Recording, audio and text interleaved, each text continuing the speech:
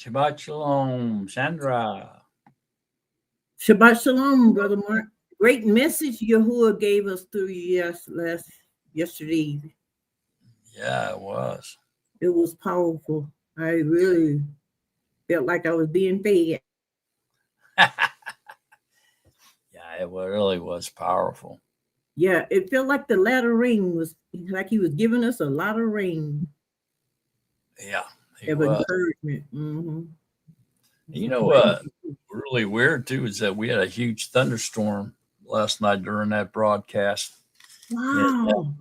I said I it didn't felt even. like latter rain. Yeah, I mean, I didn't even know it. Until Wow. I got off and I went downstairs. My wife's like, "Man, did you hear all that thunder?" And I'm like, "No, I didn't hear anything." She's like, It "That's was like unbelievable. he was The just whole house was shaking." She said. hallelujah. Praise And you. I thank him. I thank him. I thank him. I'm still thanking him. I've been thanking him all night. I listened to it and I said, this is so powerful. yeah, and then I don't know, maybe an hour later, I guess, something like that. We lost power.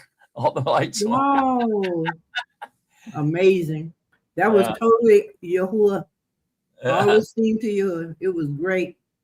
I thank him. I said, ooh, thank you for letting him share his studies and fellowship with you, Father, because it was really powerful. It did take it to another level.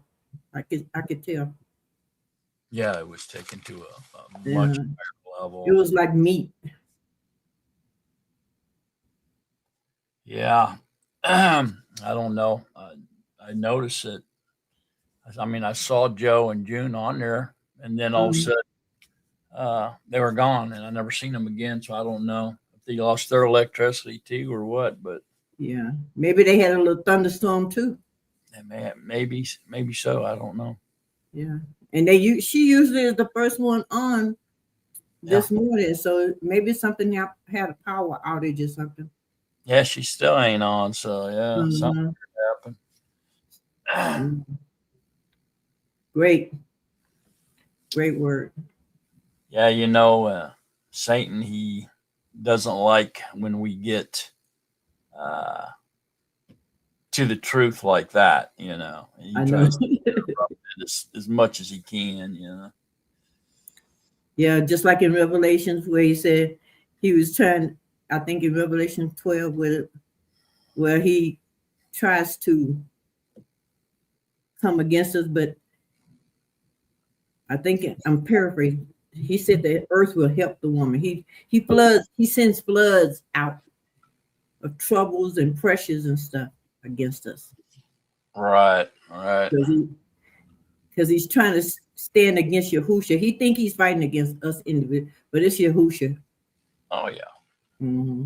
Yeah, he's a prince of air, and Yeah, he likes to try to intercept the messengers that are coming to bring us messages or aid us, and they fight with him in the air. right. Like he did, like Daniel. He fought against Daniel. Remember? Right, Yeah, that made me think about how he fought against Daniel, and Michael had to come and help Gabriel. right. But what I like is Yahuwah always, Gabriel say, Daniel, you are greatly appreciated. That's Wow, right. that is beautiful. Yeah, man, greatly appreciated. Man, greatly appreciated. Boy, that'd be nice to be called that, wouldn't it? Yeah. Greatly appreciated. I felt we were appreciated last night with the word that he gave through you. I felt like the Father was really loving us. He was really loving on us. I Yeah. felt he was like, I got it. Don't worry. Trust, believe, and wait. Mhm. It's okay. Right. Hmm. I was the same way, man. I'm feeling deep affection last night by the Ruach, and I got off of there, man. I was buzzing. I couldn't hardly sit down. It was great. And, Hallelujah. I think almost, that's. what's going on today. I mean, I know we had some bad storms last night go through Texas and Louisiana. I don't know if anybody else had them or not, but looks like we've got some a few issues here. Phyllis coming on later. June's mom is in the hospital, I guess.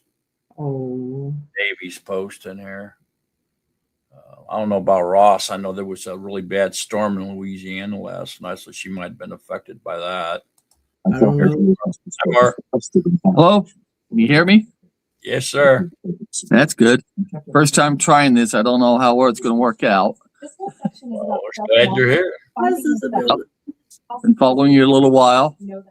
Yeah, cool. Thanks for coming on. Yep. Hi, Phyllis. Hi, how are you doing? June and Joe won't be here today. I guess maybe you figured it out, but June's mother took a serious turn for the worse with her heart, and Okay. she's in the hospital, and it doesn't, they don't know what's wrong with her yet. They're taking running tests, but she's having trouble. So Was that happened last night, Phyllis, during our broadcast? no, she took her in this morning. Oh, okay. I don't know what happened during the broadcast. Yeah, I mean, I noticed that. I mean, I saw her in the chat room, and then I noticed she wasn't there. It's about halfway through, so I thought maybe they lost electricity or something. We did right after the broadcast. I don't know, an hour or so later, man, our lights went out. It was out for like 4 hours. So we were having a really bad storm during the broadcast. I didn't even know it. It's crazy. Well, Yahusha kept the lights on long enough. He sure did.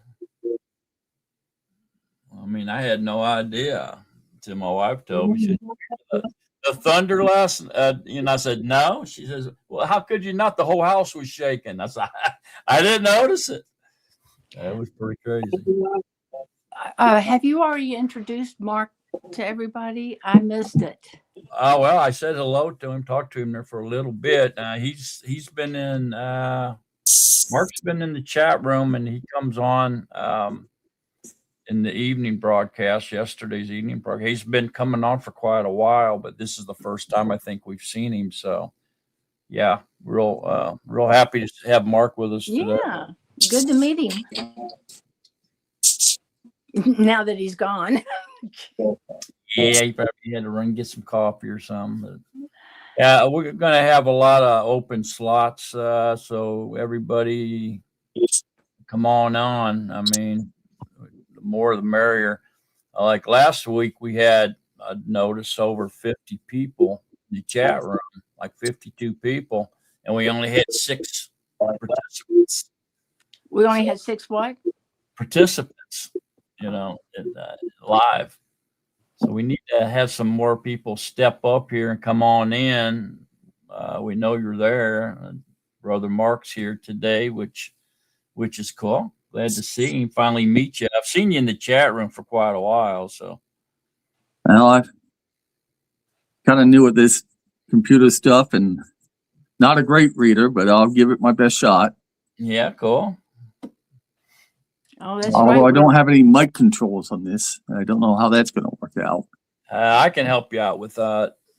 But if you raise your hand, I'll turn your mic back on and I'll turn it off and on for you if you can't do it. I just got a tablet, so I don't know. Oh, yeah, all that. that's all you do. You just touch the thing that looks like a microphone. I don't have one.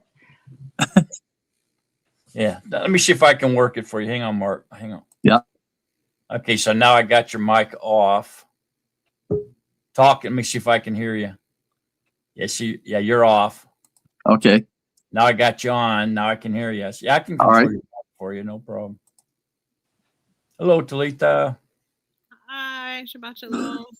Glad to see y'all back. Everything go okay last week?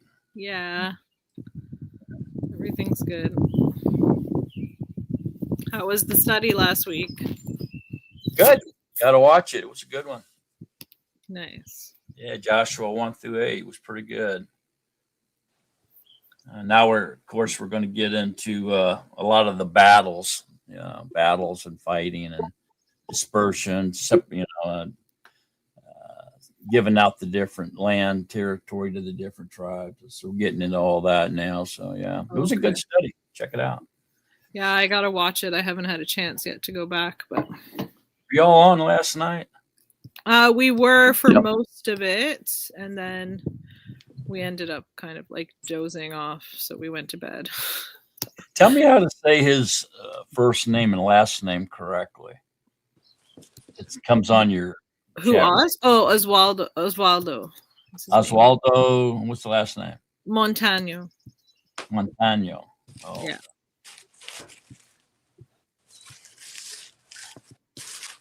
All right. Yeah, I'm but, gonna but last night, like we were just on the YouTube, but Uh-huh. we didn't actually like sign in, so you wouldn't have seen our names, I don't think.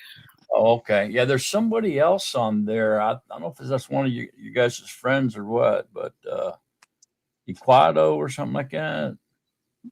Huh. He comes on every week. I thought he was one of Oz's friends, but maybe not. I'm not sure. Yeah. Anyway, I'm gonna run and get some coffee. I'll be right back, y'all. Okay.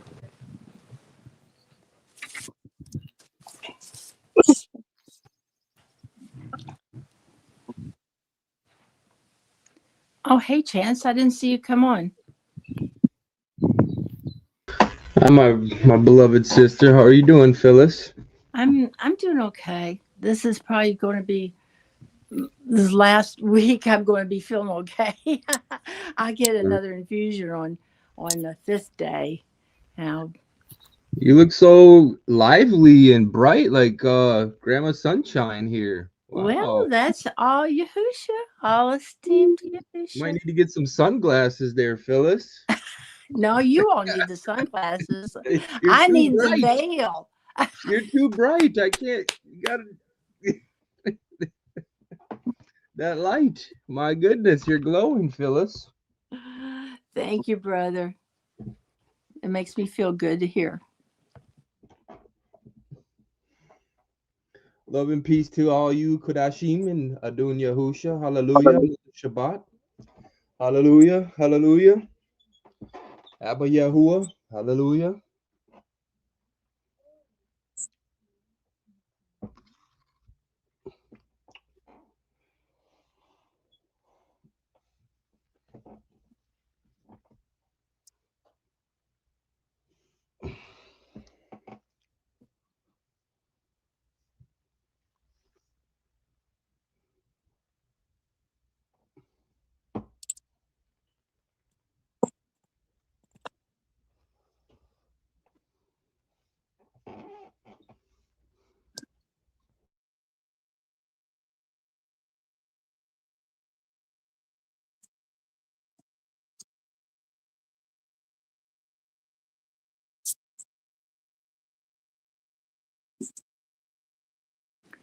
You know, this verse that Mark's put up here goes right along with I will be a lamp unto your feet.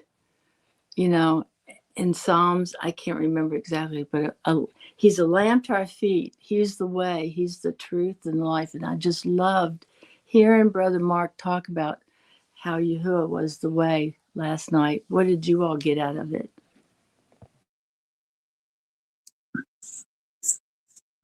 Mark always delivers great basoras and messages for us. You know, what comes to me is the door, right? Yahusha says, I am the door. Well, going through the door is the way.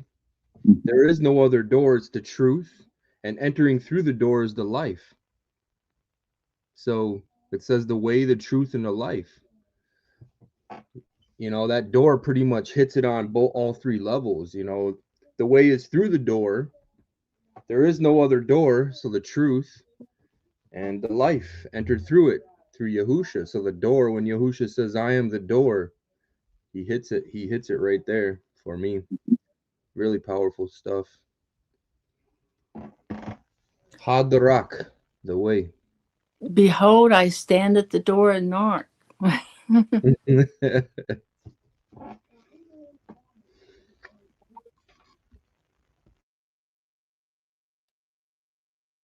So last night's message made me feel like he was opening the door unto us and giving us an outpour of his latter rain and his love and how he was strengthening us. That's how I felt like.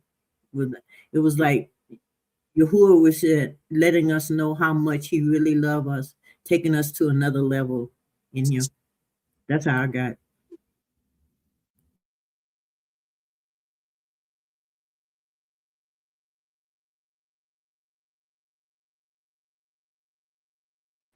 I like in Debarim when Masha tells the people, it said, walk in all the way of which Yahuwah has commanded you. Do not turn aside to the left or the right.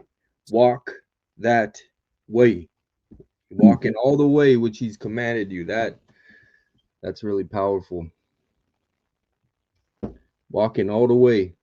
This, the way is, I love all the witnesses of the Kadash men of Yahuwah who left their, Yahuwah had them leave their messages for us until this latter time. All the Kadash men, that left their experiences and what they've learned, and it's, here we are learning the way of Yahuwah.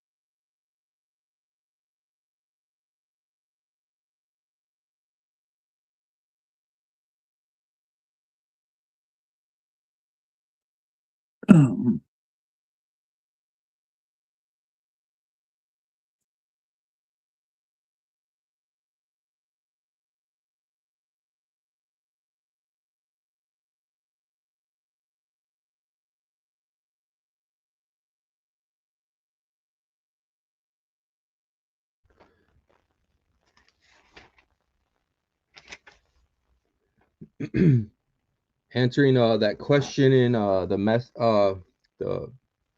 chat room here. That was chapter 5, Debarim, verse 32. And you shall guard to do as Yahuwah. Oh, excuse me. Made a mistake there. Let me see.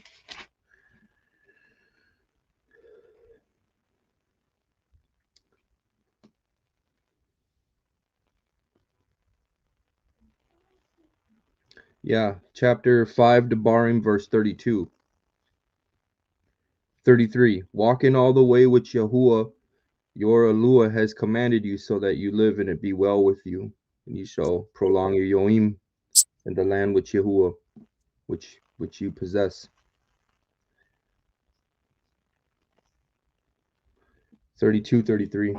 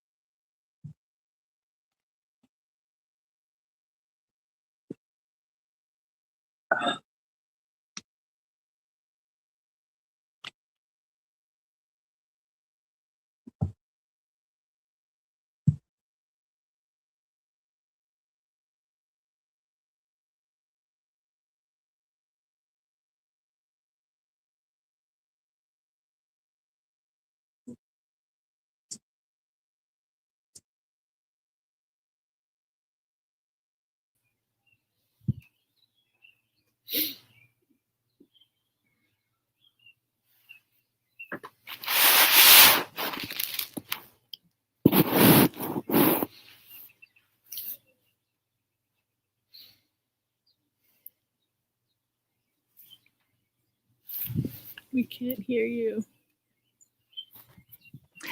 Sorry, thank you. This blanket came from Melissa, and you can't read it because it's backwards. It says, "Your word is a lamp to my feet and a light to my path." And I don't know how she knew that that was my favorite verse. It's my go-to verse.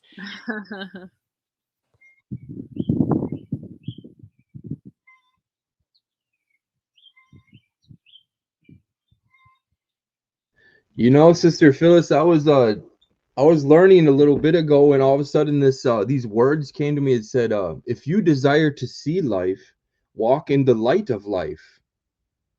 You know? Isn't that powerful? And I don't think that's written anywhere in the words, but Abby Yahuwah put that on my tongue. I was just, you know, I was really in my head thinking about some stuff, and it said, if you desire to see life, walk in the light of life. So you're not in the darkness, you're not stumbling. Walk in that way. The way is the light of life. Walk in that way. Is the lamp so you can see where you're going. It's the lamp. Hallelujah. Hallelujah. Let's keep June's mother in prayer. I'm really concerned for her, and June, she's such a sweetheart, and Joe, but they're there with her mother, so we're just going to keep her in prayer.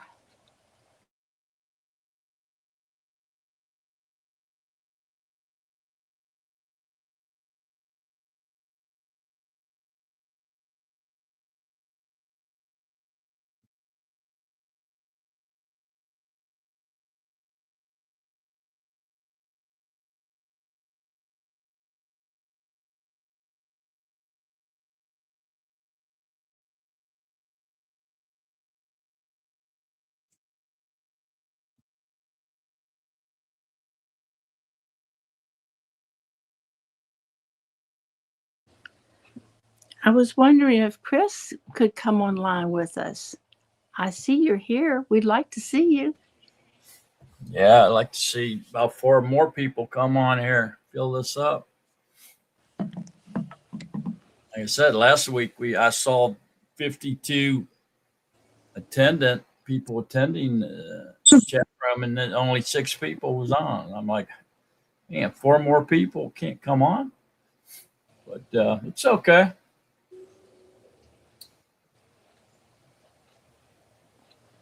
Juan might come on. Come on, Mr. Three Jobs. Come on and join us. He's never come on. He's been on here for years, and he's never come on here. I know it's a little bit intimidating sometimes, and maybe a little bit scary to come on, but it don't take long. You get used to it. It's not that big of a deal. Some people just don't want to put their face out there for the world to see, I guess. You know, it's like being in the same room with your family, and when the show's off, and it's like, where'd everybody go? Everybody left at once. Yeah, I don't know why Davey don't come on. He used to come on all the time. Look, if you're shy, I'm always moving around. I could hardly sit still, so I'll look silly for you. Don't worry. I'm on here looking silly all the time, so I'll take the pressure. Just have the courage. Take courage and come on here. I'll move around extra more for you. All right, we have enough people here to get started anyway, so shave and take a shower. And nobody can tell you're dirty on the camera, man.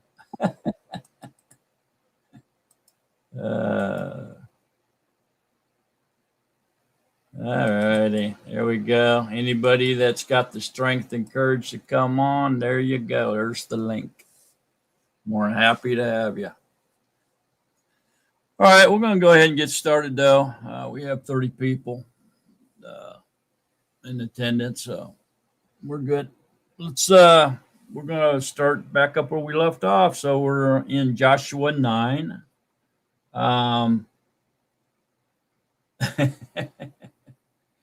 Yeah, I understand. You don't want your face on the internet. I know a lot of people like that, so it's okay. Um, who wants to start us out today with the Joshua 9? We'll see if we can get through uh, at least up to where Ephraim gets their territory today. Go ahead, Talitha. It's okay if Mark goes. Oh, Yeah. Mark, Yeah, you I'll know- do it. Okay, go ahead and read then. Go ahead. We'll give it a shot. Yahusha, or son of Nun, Joshua 9, number 1. And it came to be when all the sovereigns who were beyond the Yarden, in the hills and the low country and in the coast of the great sea towards Lebanon, the Hittites, the Amorites, the Canaanites, and the Perizzites, the Kui, and the Yabusi heard, they gathered together to fight fight with Yahusha and Yisrael with one accord. And the inhabitants of Gibeon heard what Yahusha had done to Jericho and Al. And they acted slyly and went pretending to be envoys. And they took old sacks on their donkeys, old wineskins torn and mended, and old and patched sandals on the feet, and old garments on themselves. And all the bread of their provisions were dry. It was crumbs. And they went to Yahusha, to the camp at Gilead, and said to him and to the men of Israel, we have come from a far land, and now make a covenant with us. But the men of Israel said to the Gumi, it could be that you dwell in our midst. So how would we make a covenant with you? And they said to Yahusha, we are your servants. And Yahusha said to them, who are you? And where do you come from? So they said to him, from a land very far off. Your servants have come because of the name of Yahuwah, your Elohim. For we have heard the reports of him and all that he had done in Mitzrayim, and all that he had done to the two sovereigns of the Amorites who were beyond the Yarden, to Sikon, sovereign of Heshbon, and Og, sovereign of Bashan, who were Ashtaroth. So our elders and all the inhabitants of our land spoke to us, saying, take food with you for the journey, and go to meet them, and say to them, we are your servants, and now make a covenant with us. This bread of ours we took hot for our provisions from our houses on the Yam, that we left to come to you. But now see, it is dry and is crumbled. And these wineskins which were filled were new, and see, they are torn. And these garments and our sandals have become old of the long journey. And the men of Israel took some of their food, but they did not ask the mount of Yahuwah. And Yahusha made peace with them, and made a covenant with them to let them live. And the rulers of the congregation swore to them. And it came to be at the end of 3 Yamin, after they had made a covenant with them, that they heard that they were the neighbors who dwelt near them. And the children of Israel set out and came to their cities on the 3rd Yom. Now the cities were Gibeon, Kephra, and Baroth, and Kiriath Yearim. But the children of Israel did not smite them, but because the rulers of the congregation had sworn to them by Yahuwah, Elohim of Israel, And all the congregation grumbled against the rulers. But all the rulers said to all the congregation, we have sworn to them by Yahuwah Elohim of Israel, and we are unable to touch them now. Let us do this to them.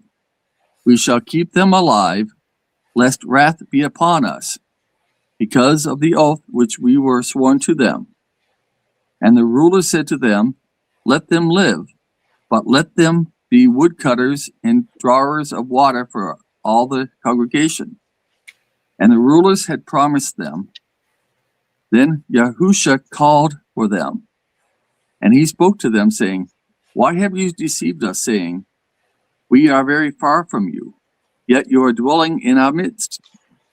And now you are cursed, and you shall not cease from being slaves and woodcutters and drawers of water to the house of my Elohim. And they answered Yahusha and said, your servants were not clearly told that Yahuwah, your Elohim, commanded his servant Musha to give us all the land and to destroy all the inhabitants of the land from before you. So we were very much afraid for our lives because you and have done this deed. And now see, we are in your hands. Do with us as it seems good and right to do to us. And he did so to them, and delivered them out of the hand of the children of Israel. And they did not kill them, and that Yom, Yahusha, made them woodcutters, drawers of waters for the congregation, and for the altars of Yahuwah, even to this Yom, at the place that he stood, that he should choose. Oh, thanks, Mark. Appreciate it. Very good. Okay, so what's going on here in chapter 9, y'all think? What's the emphasis here on this chapter? Other than deception, right? It's a lot of deception here. Go ahead, Phyllis. Deception. That's all I was going to say. Yeah. Yeah, there's a lot of deception here.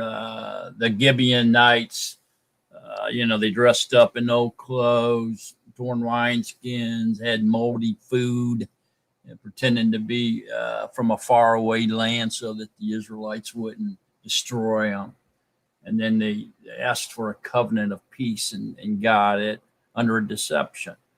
So what does that tell us? I mean, what's the emphasis on this chapter then?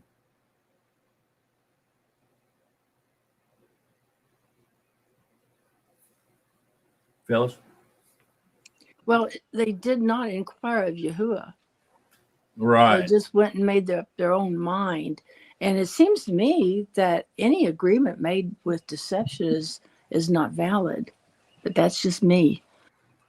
Yeah, you would think it wouldn't be, but it actually is. And so that's one of the emphasis, the importance of not only seeking Yahuwah's guidance, on which they didn't. They didn't go and ask Yahuwah about it before they made the covenant, before making any kinds of commitments. They should have inquired to Yahuwah about what they should do, but they did not. And so then they went ahead and did it. So the necessity of keeping a covenant or an oath is extremely important, even when it's under a deceivement. So even when they turn out to be an unwise decision or unwise oath, it's still valid and they have to keep it. So, I mean, I guess the moral of the story is watch what you're doing. Be careful what you do, what you say, and always go to Yahuwah first and ask him.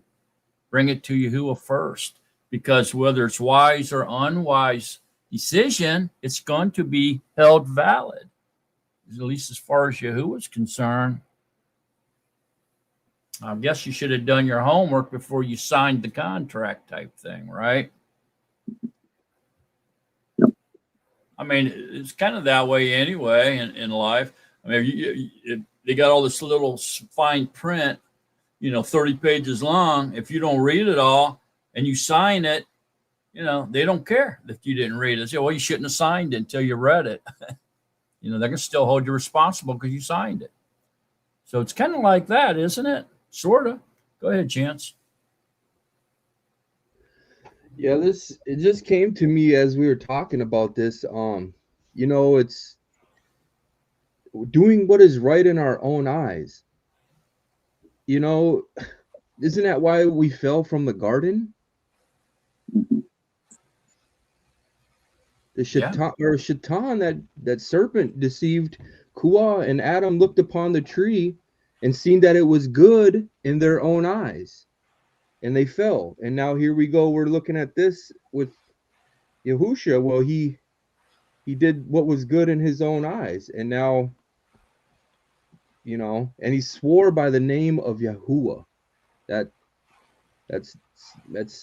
it right there. Can't do nothing. That's it. Yeah, that's right. I mean, yeah, Adam and Kua, same situation, man. They should have went to Yahuwah and said, hey, the serpent told us this. Is it true? Should we listen to him? But they didn't. They didn't. They failed to consult Yahuwah as well. And they and made their own decision. And that was valid. Right? Very unwise, but valid. So we need to always ask counsel from Yahuwah. Always, on everything. That's really the emphasis here on this chapter. Because if you don't, he's going to hold you liable anyway. Just like he did Adam and Kua.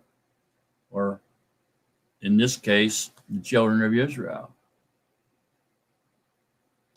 So the covenant between these deceivers and Israel had to be honored regardless. Even after discovering the deception. The leaders honored the oath that was sworn in Yahuwah's name to protect these Gibeonites. Although they did make them slaves, though, right? They honored the covenant. They didn't kill them, but they made them slaves. Do you think that was something they should have done? I mean, was that righteous behavior? So the results here is that these Gibeonites were spared their life, but as punishment for their deception and to endure that they were not a snare, they were forced to become wood cutters and drawers of water for the assembly in the altar of Yahuwah.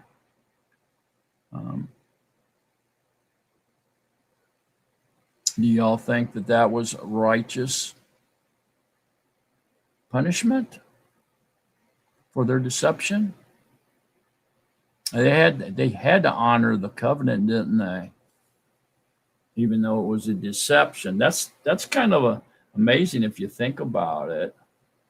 But yet the deceptors, the ones that the deceivers, were punished. What do y'all feel about that? Chance? I think it's real interesting here in the last verse, 27.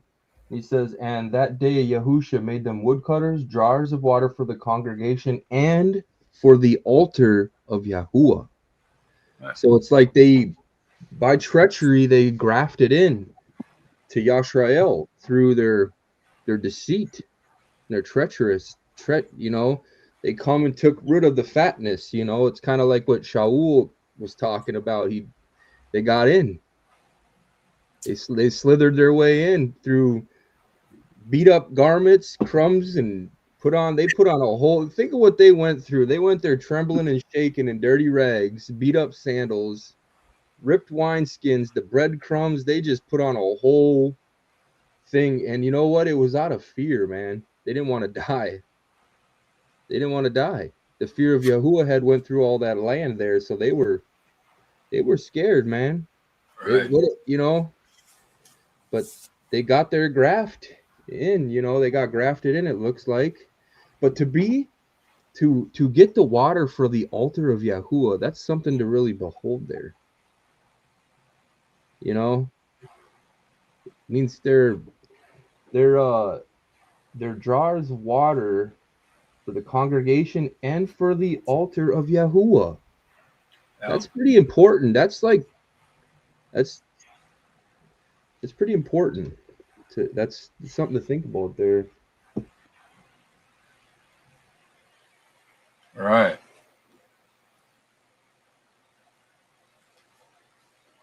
And that wasn't an easy task. I mean, there was over 1 million people. Yeah. And not to mention that, all the sacrificing they were doing and the water they needed for all the sacrificing and rituals they were doing every single day. This wasn't an easy task. It was very laborious. Water weighs 8.34 pounds per gallon. It's not a light. And, wood's heavy too. Go ahead, Sandra.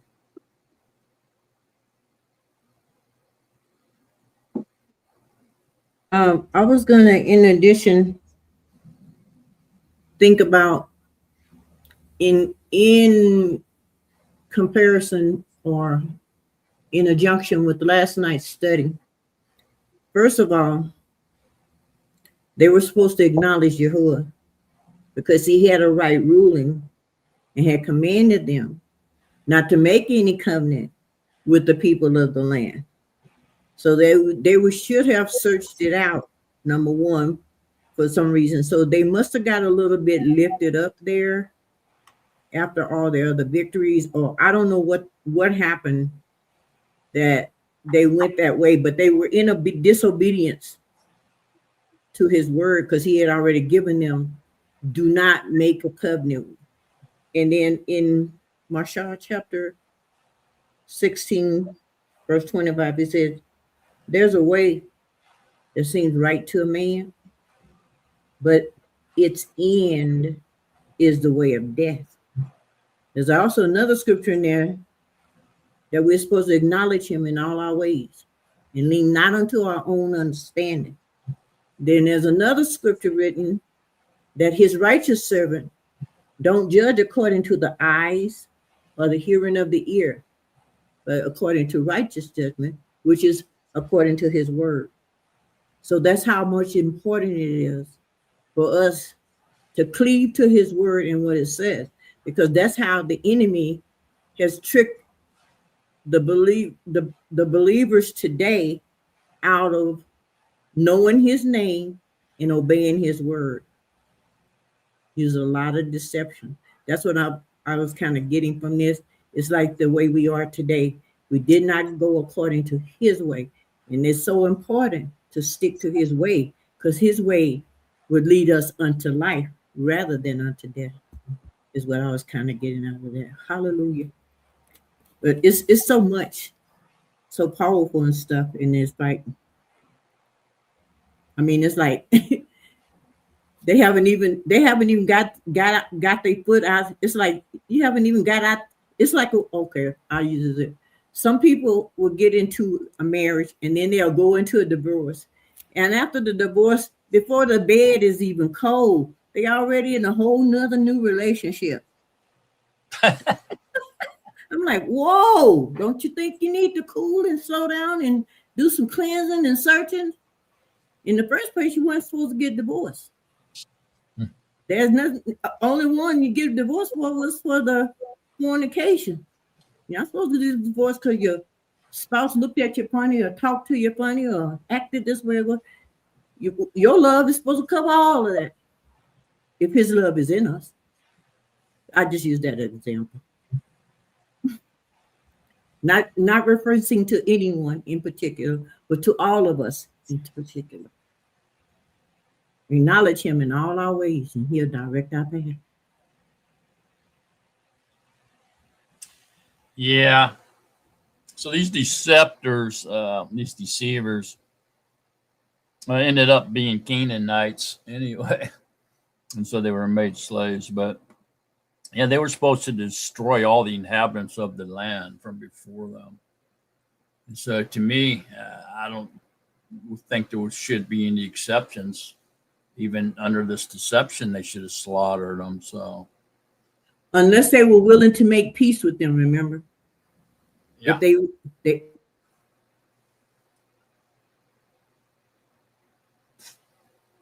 I think, yeah, you might be right. That was for faraway armies or countries, but for the inhabitants of the land, they were supposed to destroy them.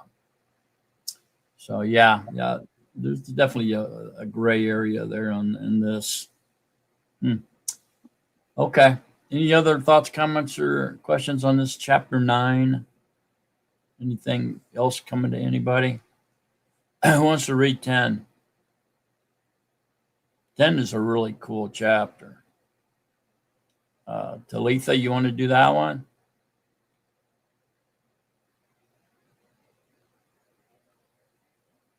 I can't really right now because Mikhail's a bit fussy at the moment, but Okay. no, Anybody else? to. Let's read chapter 9. Yeah. Yep. Oh, Oz will read it if no one else is. Go ahead, Oz. You know that person there, Oz? You know this person? No.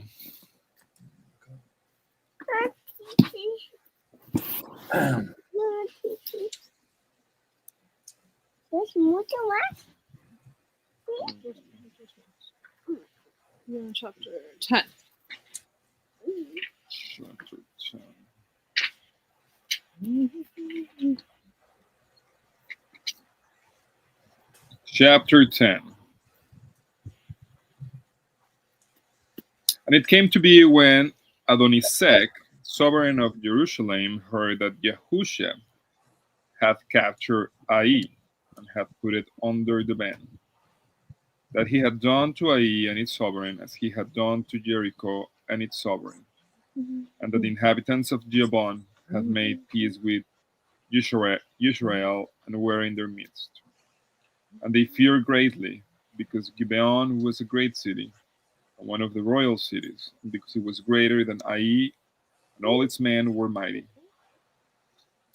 And Adonisedek, sovereign of Jerusalem, sent to Hoham, sovereign of Hebron, and to Piram, sovereign of Yarmouth, and to Japhia, sovereign of Lachish, and to Debir, sovereign of Eglon, saying, Come up to me and help me, and let us smite Gibeon, where he has made peace with Yahusha and with the children of Israel.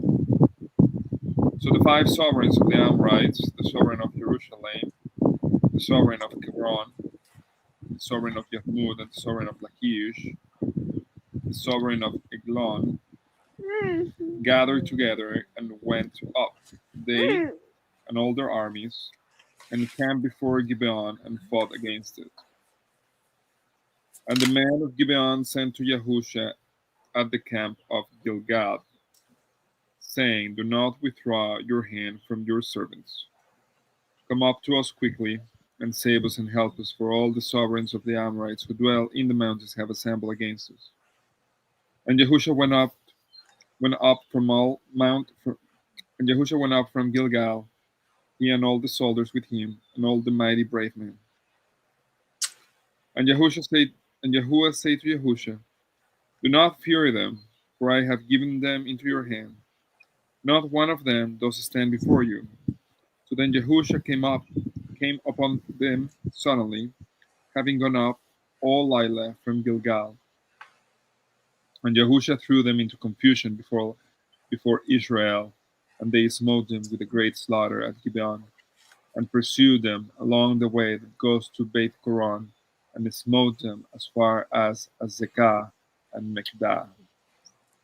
And it came to be, as they fled before Israel, and were on the descent of Beit Koron, that Yahuwah threw down large hailstones from the Shamaim on them as far as Azekah, and they died. There were more who died from the hailstone than those who the sons of Israel had slain with the sword. Then Yahusha spoke to Yahuwah in the day when Yahuwah gave the Amorites over to the children of Israel, and he said before the eyes of Israel, Sun, stand still over Gibeon, and moon, valley of Ayala. So the sun stood still and the moon stopped, till the nation avenged itself upon their enemies. Is this not written in the book of Yashar? Thus the sun stopped in the midst of the Shamaim and did not hasten to go down for an entire yom.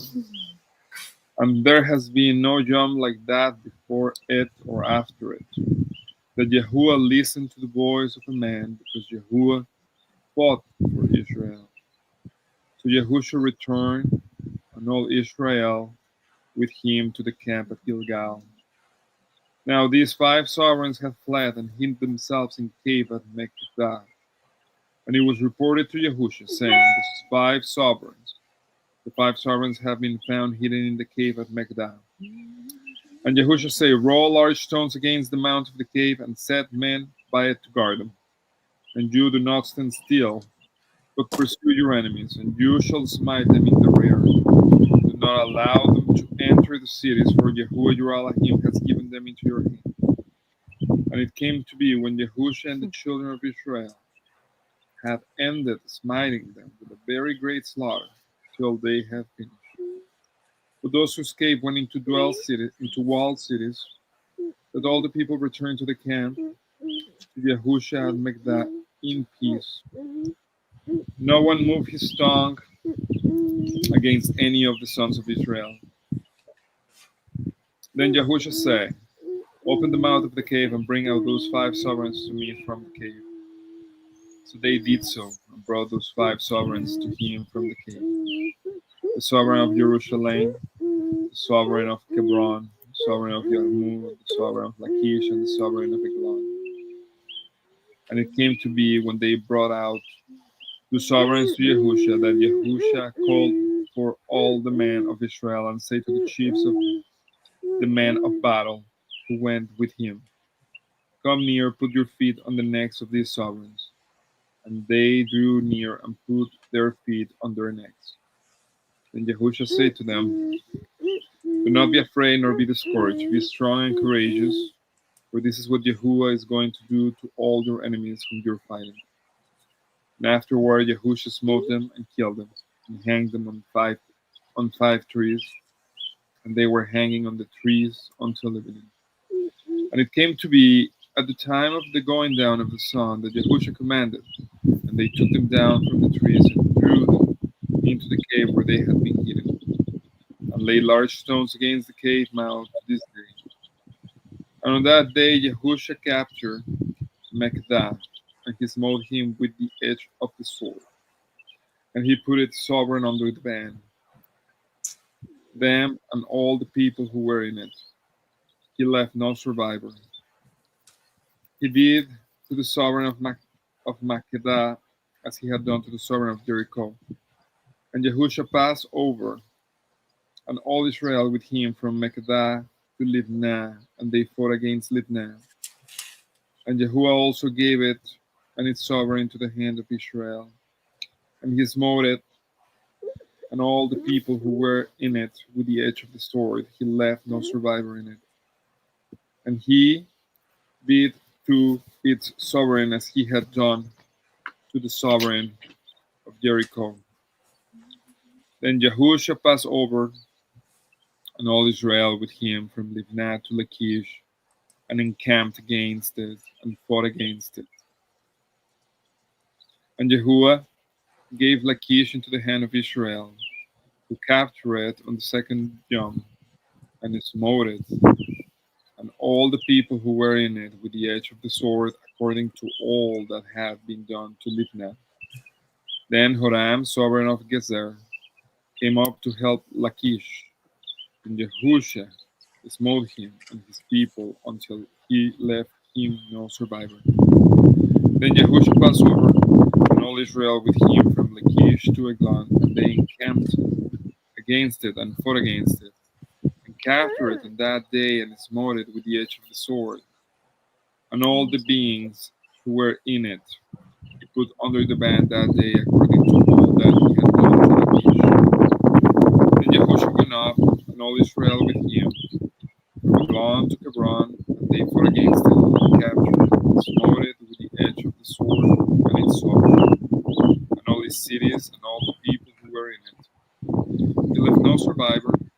according to all that he had done to Eglon, but put it and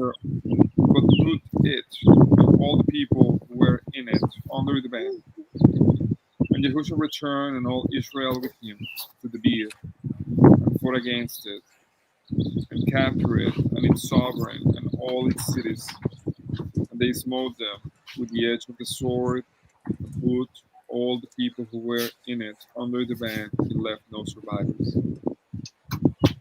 As he had done to Cabron, so he did to the Beer and its sovereign, as he had done also to Libnah and its sovereign. Thus Yahusha smote all the land, the mountain country and the south of the low country, and the wilderness slopes and all the sovereigns. He left no survivor, but put all that breath under the ban as Yahusha Elohim of Israel had. And Yahusha smote them from Kadesh Barnea as far as Asa, and of all the land of Goshen, even as far as Gibeon. And Yahusha captured all the sovereign and their land at one time, because Yahuwah Elohim Israel fought for Israel, and Yahusha returned and all Israel with him to the camp at Gilgal.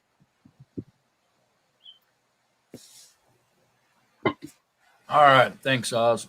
Mhm. Okay. Wow. So what a chapter, huh? So this is a pivotal point in their military campaign, if you will. And they defeat this Goliath by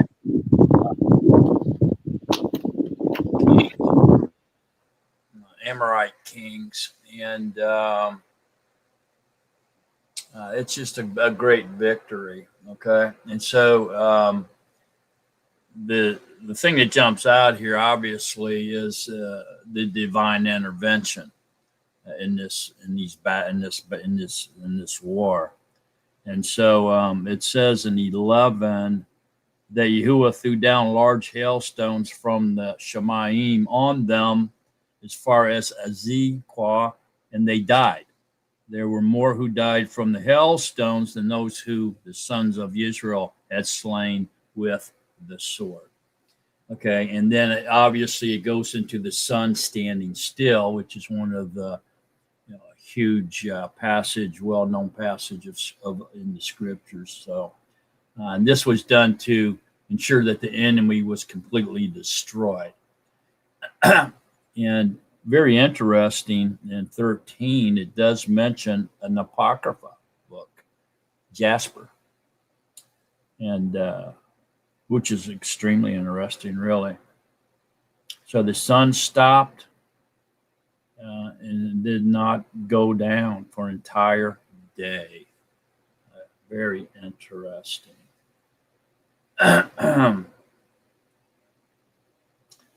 There's another passage that suggests Yahuwah changing time. And if you recall, and that's when the sundial went back in 2 Kings or Isaiah 38 too. And so that time and this time, we see Yahuwah intervening with time and changing it or altering it. Amazing stuff here. So is there any questions or comments or thoughts on this chapter 10? Chance? I got a question here. It kind of goes back to the elementary things what I was taught in school, where we were taught that the earth is orbiting around the sun, but here, when Yahuwah made the sun and the moon stop, it seems as if the sun and the moon are running some sort of circuit over the land instead of the land orbiting around the sun. Yahuwah specifically said the sun stopped and the moon stopped, which would be applying it some sort of circuit above the land. Because he didn't say back in this time period, they thought the sun rose and set. Okay, now we know better than that now, but back then that was the common belief, that the sun set and the sun rose. Okay, and so the way it's written here is that the sun stood still, so that it did not set or rise; it just stood still for a whole day. Okay, and that's just what they believed back then. The Hebrews. We know better than that now, right? So, knowing what we know, how would you explain that? How could Yahuwah have done that? What could he have done to cause this the 24 hours of daylight? It's not that big of a deal if you really think about it, because look at Alaska or Antarctica. It stays daylight up there for all a month.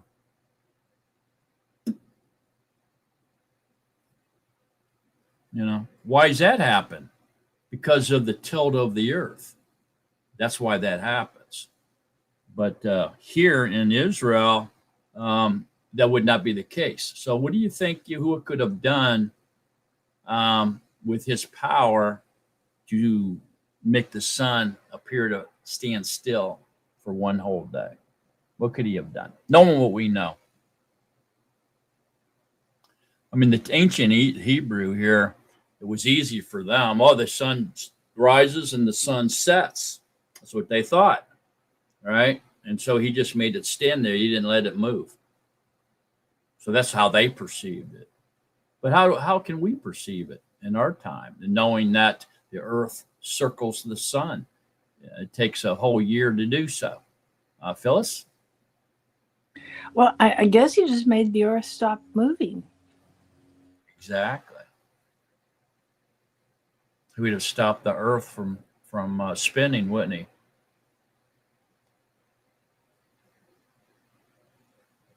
For 24 hours. If the earth is spinning, why don't we know it? Why can't we feel that?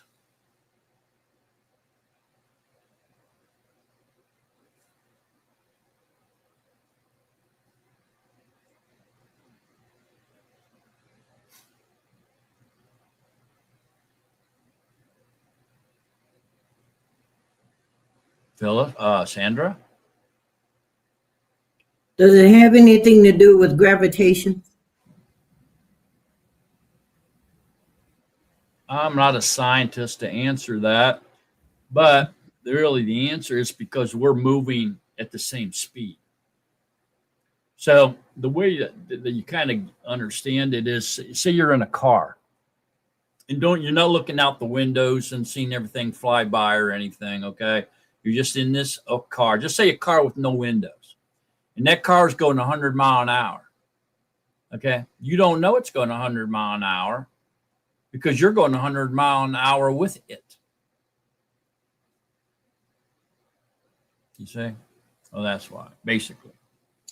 Like I said, I'm not a scientist, but that's just the way I can explain it. Go ahead, Sandra. I have a question regarding this. Does it have anything to do with in the last days where Yahusha said he's going to cut the tribulation years short for the elect? And also in Revelation, it talks about time being shortened in one of those. I don't know if it's the seal or plague seal. Does this have like a type related to those two events? Yeah, I mean, it would be the slowing down of the earth then, right? And to shorten the days. So yeah, I mean, it would be similar, I would think. But up here where it says talking about the hailstones back up in 11, what does that remind you of? I mean, he brought all these hailstones down and killed them all. It reminds me of one of the judgments in Nazsarim when Yahuwah rained hail. Yeah, the people. Yeah, he did. That's one of them. But that's a foreshadow or a type. In Egypt. Those 200 hails, I think that's in Revelation, right? Yeah, And so it's, the last days where he brings down the hail that weighs 125 pounds at the end of the time, at the end of the end times. Yeah, it talks about 200 talents in Revelation. So, it was a great plague, so mighty the plague that it was the worst plague ever the world's ever seen. Can you imagine 125-pound balls of ice coming down on you? Whatever it hit was destroyed, right? It's going to be destroyed. The one in Egypt, I believe, was even turned to fire. You know, the started turned into fire. It was burning with fire and ice. And so that was an amazing one too.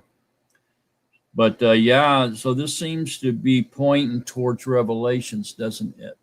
So the hailstone plague, and along with shortening of the days here, this is pointing toward the latter days, latter days. Y'all seeing that? So this will be a type or foreshadow of that.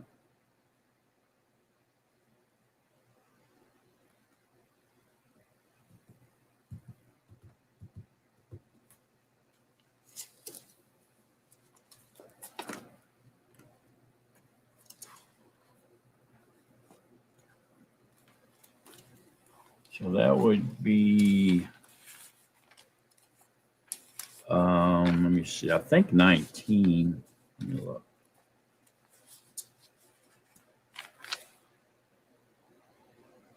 No, not 19. It was, it's 16. Revelation 16. And it comes right after the conclusion of the bowls, which is in 18. But right after that, it speaks that, and it says, and the great city became divided into three parts. I'm in Revelation 16:19. And the cities of the nations fell. And great Babel was remembered before Yahuwah to give her the cup of the wine of the fierceness of his wrath. And every island fled away, and the mountains were not found. And great hail from the heaven fell upon men, every hailstone about the weight of a talent. And men blasphemed Yahuwah for the plague of the hail, because that plague was exceedingly great. And so a talent would be about 125 pounds, balls of ice coming down. So this is part of the coming down on the armies of the world, or of the Antichrist, at the end of the Battle of Armageddon, where this plague comes in. And so what does that tell us about Yahuwah?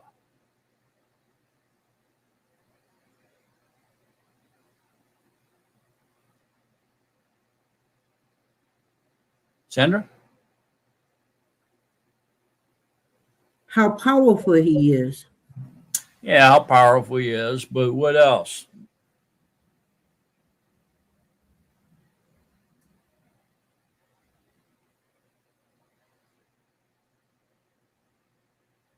He's pretty constant in his actions, isn't he?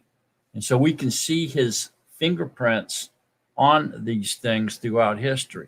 The Egyptians, the hail here, the hail at the end of Armageddon being used. It's Yahuwah's footprint. It's what he does. It's what he uses. The plagues of Egypt, the plagues of the end times are very similar. So we can see Yahuwah's footprint all over them.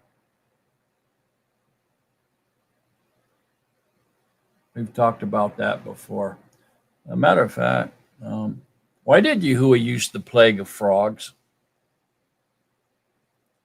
Or all the plagues, really. But let's focus on that one.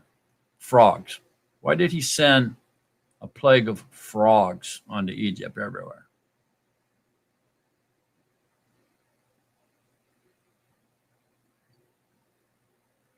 Chance? I'm just gonna tell you, I'm way out on a limb here. I'm pretty sure Egypt probably had some sort of Elohim frog.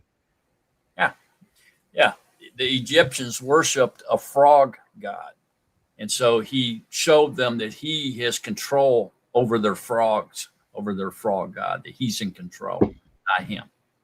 That's why he brought all them frogs on them. So we can see that Yahuwah's pattern of punishment and plagues and things that he does very clearly, teaching us that he's immutable. He doesn't have to change. He can just do the same plague over and over and over again to try to teach men that, hey, this is me doing it. Here comes that hell again. So you know it's me. You know, Brother Mark, I was reading through Shemut this morning and I got through them plagues, and it said Yahuwah did judge the Elohim of Mazarim. Yeah. That's it right there. He brought that.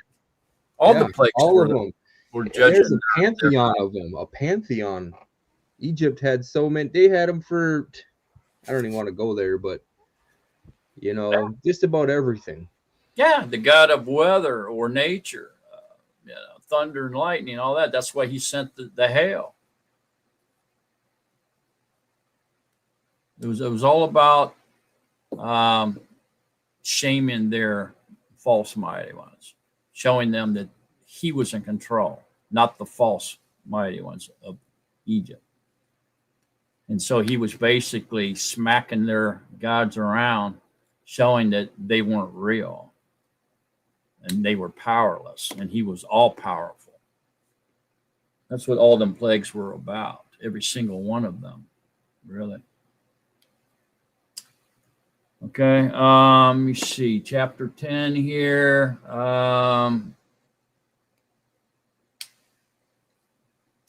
It shows that, what else does it tell us about Yahuwah?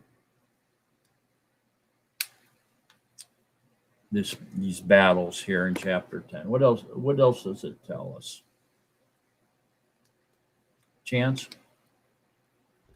You know, he's always with us. Don't fear, and the battle is his. There you go. Right. So the main theme here is that Yahuwah will fight for his people. And wow. With hailstones, killed the armies, made the sun stand still, set up a trap, killed 5 kings and their armies, hung the kings, threw their bodies back in the cave of the mountains they were hiding in. What does that remind you of? These kings that were hiding in the caves of the mountains. Where have we heard that before? Phyllis? In the end times, men will beg the mountains to fall on them. That's right. Yeah. And so we can see this chapter being a type of foreshadow of the end times, can't we? 25 is interesting. Then Yahusha said to them, do not fear nor be discouraged. Be strong and courageous, for this is what Yahuwah is going to do to all your enemies whom you are fighting. So here we find Joshua repeating what Yahuwah told him to do, to be strong and courageous. He's passing on the message to the children of Israel, giving them the same message that Yahuwah gave him, to be strong and courageous, which is pretty much the main theme of this entire book, isn't it? Be strong and courageous. Trust in Yahuwah. If you trust in Yahuwah, are you going to be strong and courageous no matter what comes upon you? Yes, you will.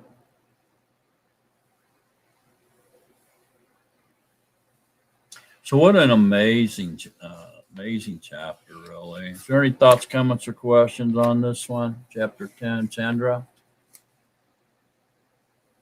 Kind of reminds me, the battle is not yours. No. And it's not by power nor by might, but by my ruach, says Yahuwah, Yeah, who is ruach. that's right. That's right.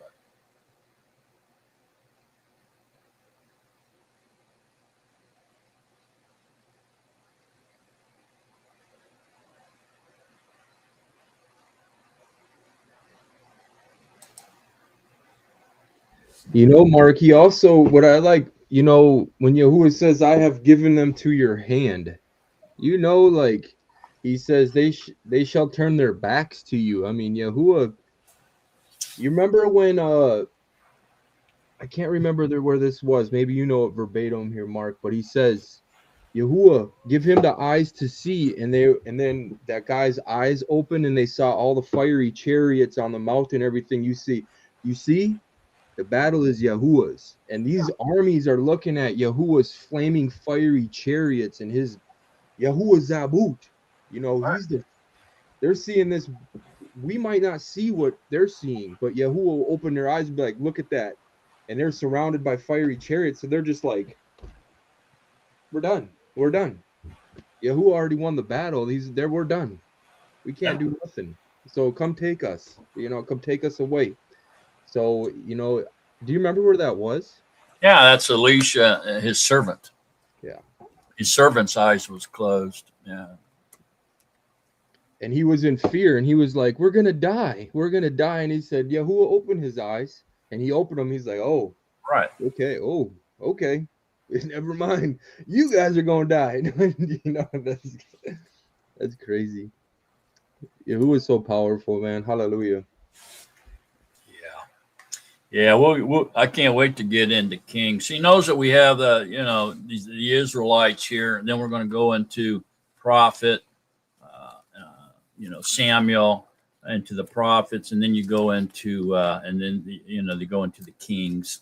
You know, so it's the different people that were ruling over the Israelites, I can't wait to get into the kings. So that's where that's at. It would be Second Kings. Elisha, who took over for Elijah, and his servant was fearful when he saw the armies of the enemies, and that's when Elisha asked Yahuwah to open up his servant's eyes so he could see the armies of the heavens surrounding the camp of the enemies, and there was more of them, more of us than there are of them. Yeah, that's a great story.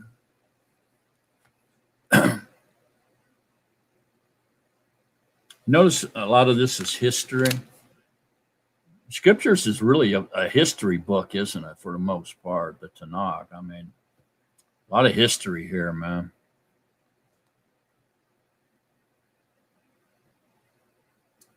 So, yeah, I think that was the Syrian army that had them surrounded.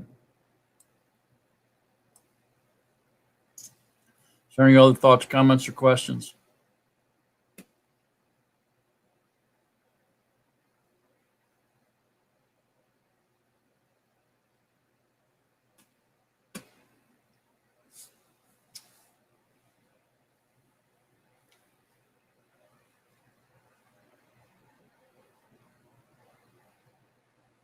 Okay. Who wants to read chapter 11?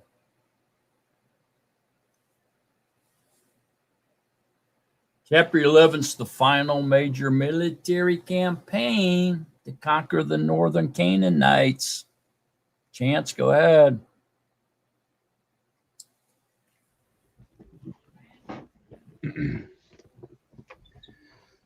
Yahusha, son of Nun, and it came to be, or chapter 11, verse 1. And it came to be, Yabin, sovereign of Hasur, heard, and he sent to Yabah, sovereign of Madon, and to the sovereign of Shimrun, and to the sovereign of Akash, to the sovereigns who were from the north in the mountains and in the desert plain south of Kinnereth, and the low country in the heights of Dur on the west, the Canaanites in the east and in the west, and the Amartite, and the Hittite, and the Puzitite, and the Ubisite, in the mountains, and the Huitite below Harmun, in the land of Masphah. And they went out, they and all their armies with them, as many people as numerous as the sand on the seashore, with very many horses and chariots. And all these sovereigns met together, and they came and camped together at the waters of Marum to fight against Yashrael. And Yahuwah said to Yahusha, do not be afraid of their presence, for tomorrow about this time I'm giving all of them over to Yashrael, slain. Hamstring their horses and burn their chariots with fire. And Yahusha and all the soldiers with him came against them suddenly by the waters of Marum, and they fell on them. And Yahuwah gave them into the hand of Yashrael, and they smote them and pursued them to great Zion, and to the Mazraphmaim, and to the valley of Mesphah eastward, and they smote them until no survivors was left to them. And Yahusha did to them as Yahuwah said to him. He hamstrung their horses and burned their chariots with fire. And Yahusha turned back at that time and captured Hasor and smote its sovereign with the sword, as Hazor was formerly the head of all those reigns. And they smote all the people who were put in with the edge of the sword, putting them under the ban. He did not leave anyone breathing. Then he burned Hasor with fire, and Yahusha captured all the cities of their sovereigns, and all their sovereigns, and he smote them with the edge of the sword. He put them under the ban, as Mashah, the servant of Yahuwah, commanded. However, Yashrael did not burn any cities that stood on their mounds, but Yahusha burned only Hasor. And all the spoil of the cities and the livestock the children of Yashrael took as booty for themselves. But they smote every man with the edge of the sword until they had destroyed them. And they did not leave anyone breathing, as Yahuwah had commanded Mashah, his servant. So Mashah commanded Yahusha, and so Yahusha did. He did not turn aside a word of all that Yahuwah commanded Mashah. Thus Yahusha took all this land, the mountain country, and all Nagab, and all the land of Goshen, and the low country and the desert, the low country and the desert plain, and the mountains of Yashrael and its low lands, from Mount Halak that goes up to Seir, and as far as Balal Gad, in the valley of Lebanon, below Mount Hermon. And he captured all their sovereigns and smote them and killed them. Yahusha fought with all those sovereigns for a long time. There was not a city that made peace with the children of Yashrael except the Hittites and the inhabitants of Lebanon. And the others they took in battle, for it was of Yahuwah to harden their hearts, and they should come against Yashrael in battle in order to put them under the ban, so that it might have so that they might have no favor, but that he might annihilate them all. Yahuwah had commanded Mashah. And at that time Yahusha came and cut off the Anakim from the mountains of Hebron, from Debir, from Anab, and from all the mountains of Yehuda, and from all the mountains of Yashrael. Yahusha put them with their cities under the ban. There were none of the Anakim left in the land of the children of Yashrael, only Azels in Gath, and in Ashdod some remained. Thus Yahusha took the entire land according to all that Yahuwah had said to Mashah. Yahusha gave it as an inheritance to Yashrael according to their divisions by their tribes, and the land rested from fighting. Okay. Cool. Thanks. Yep. Chance.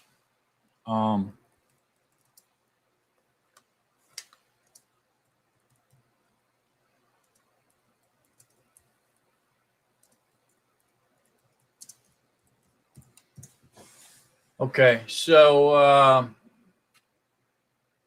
chapter 11 here is the final major military campaign to conquer the north, okay, the Canaanites. And it was a big victory here. And notice that um, Joshua kept obedient to all that he was told to do. So in verse 15, as Yahuwah had commanded Moses, his servant, so Moses commanded Joshua, and so Joshua did, and he did not turn aside a word of all that Yahuwah had commanded Moses. So he didn't vary. I mean, he was a very strict commander. He was very obedient, very responsible, and did exactly what he was told to do. No wonder Yahusha chose him, right? Look at 20. It says that for it was of Yahuwah to harden their hearts that they should come against Israel in battle, so they could put them under the ban, so they might have no favor, but that he might annihilate them, as Yahuwah had commanded. Why do you think Yahuwah wanted them to annihilate these people so badly? What was the main reason? Phyllis? Pagan worship. Oh, all right. To ensure that they wouldn't influence the children of Israel to worship pagan or false mighty ones. That's what it was all about.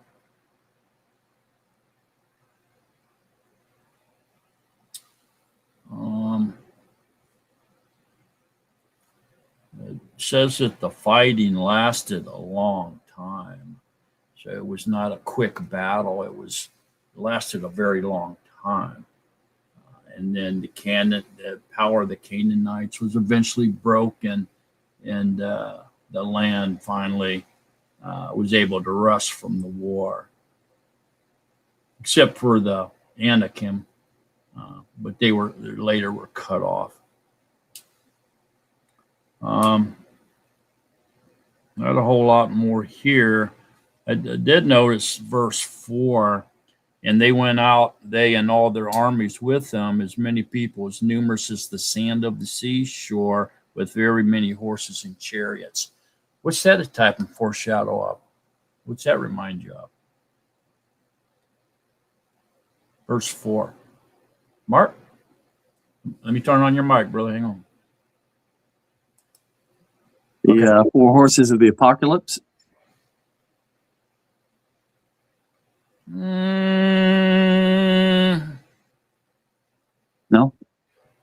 No. I mean, maybe you might touch on it, but that's not what I was thinking it is a foreshadow of. Go ahead, Sandra, go ahead. Good. Yeah, guess so. Go ahead, Sandra. So could it be part of, like Armageddon, when they come against Jerusalem in the interim? No. But it's a good guess.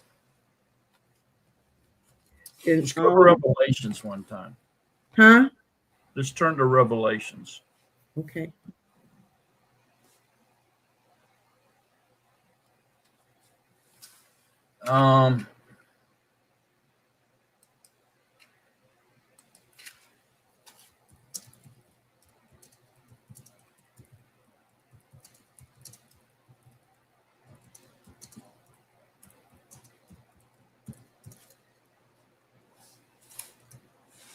That would be, where is that? Revelations 20, 7 through 9. Revelations 27 through 9. And when the 1,000 years have ended, that's after the millennium reign ends, Satan shall be released from his prison. And he shall go to lead the nations astray, which are in the 4 corners of the earth, Gog and Magog, to gather them together for battle, whose number is as the sand of the sea. And they came up over the breadth of the earth and surrounded the camp of the saints, or the Kadeshim, and the beloved city. And fire came down from Yahuwah out of the heaven and consumed them. And the devil who led them astray was thrown into the lake of fire and sulfur where the beast and the false prophet are. And they shall be tortured day and night forever and ever. Okay, so this is a foreshadow of the release of Satan. So what happens here? This is foreshadowing that. What happens here in Revelations? What's going on? Anybody?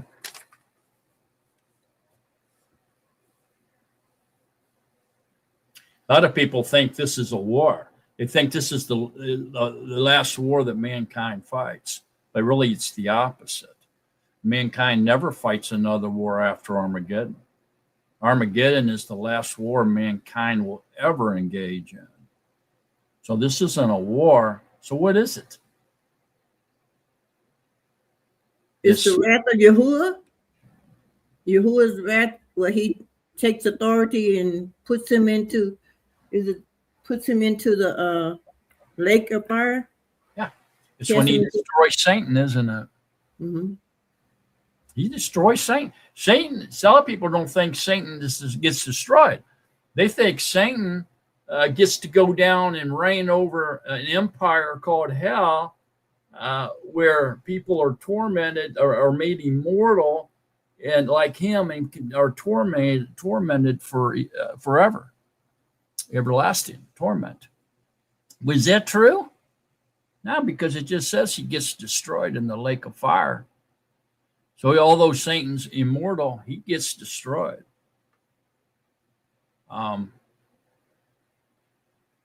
Yahuwah has the power to destroy both body and being, spirit. That means temporal and immortal. He can destroy both. And so here we find he destroys Satan. So what's this huge army that's so big, like the sands of the seashore, that they cannot be counted? Who are they? How did he get such a huge army, and why are they called Gog and Magog? Go ahead, Sandra.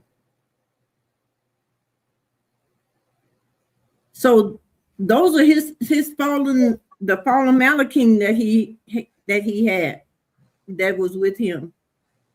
The false prophet, not how did Satan, because mankind was still on the earth after the millennium reign. That's right. And so the Satan, the false prophet, and all of those that the man, it's something about the rebuilding of the Satan. Okay, so the earth has been repopulated. It's the end of the millennium reign. The false prophet and the Antichrist, okay, the anti-Messiah, have been thrown in the lake of fire before the millennium reign ever started. Okay. They already there. They're the first two to inhabit the lake of fire. No one's been thrown into the lake of fire yet.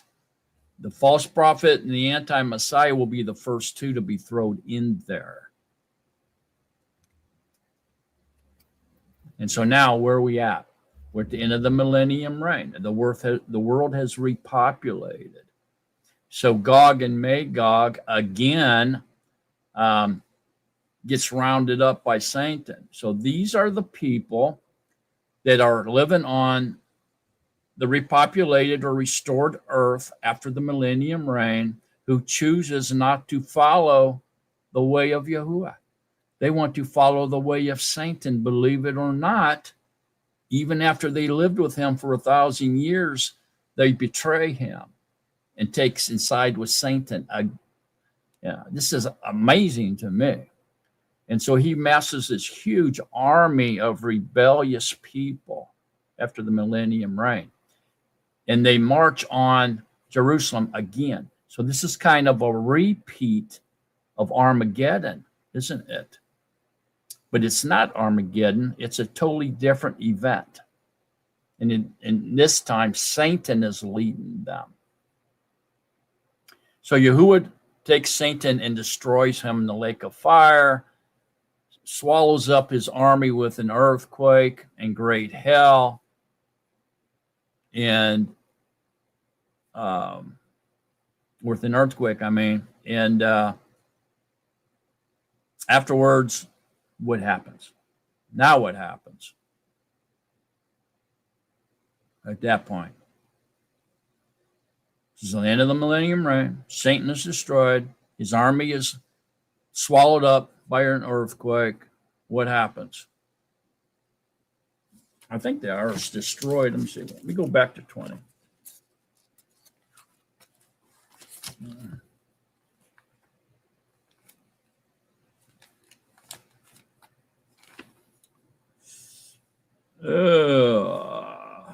The devil who led them astray was thrown into the lake of fire. So the devil is destroyed, where the prophet, the beast, and the false prophet are.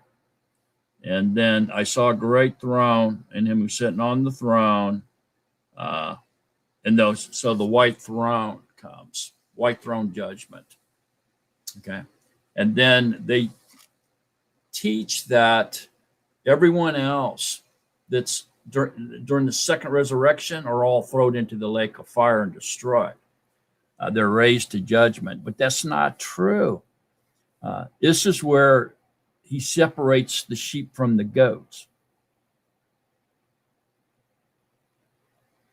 So some people are delivered out of the white throne judgment. Not all of them are thrown into the lake of fire that are in the second resurrection. And it says, and another scroll was opened, which is of life, and the dead were judged from what was written in the scrolls according to their works. You see, so some people are going to be the sheep, and they're going to be delivered and brought into his kingdom. These are the people that the bride are wanting to be with them. The rest will be thrown into the lake of fire. See, they're all judged according to their works. That even the death and the grave were thrown into the lake of fire, and that's the second death. So even a child knows that death cannot be life. So if it's second death, that means it's not immortal or eternal life in a place of torment. It's death. That means you don't exist. It's non-existence. It's utter destruction, the lake of fire. It's a Hebrew idiom. Okay, and so all of that was thrown away. And then everything is totally destroyed, and a new heaven and a new earth comes. He recreates everything after that. Okay, so that's what that is a foreshadow of. Again, it's Yahuwah's footprints, man. You can see his works plainly. Go ahead, Sandra. So is that like the final phase of the cleanup of all evil that was on the earth? That's the final phase. This is the final phase. Yeah, that's he's getting rid of all the byproducts, the dross. Okay. All right. That's what I kind of am hearing. The impurity. As you speak. Yeah, it's gone. And then he's just going to destroy everything. Everything that's temporal will be destroyed.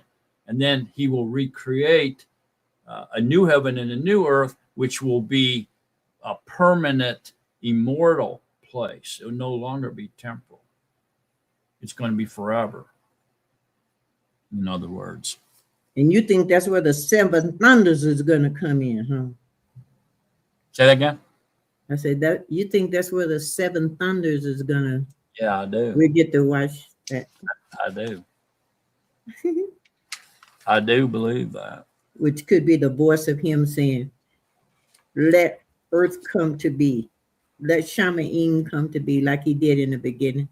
So if we're all there, just say we're there, and this is true, and we're all there, and all of a sudden he begins to see, create the new heaven and the earth. All of a sudden he says, let the earth come, and all of a sudden here it comes.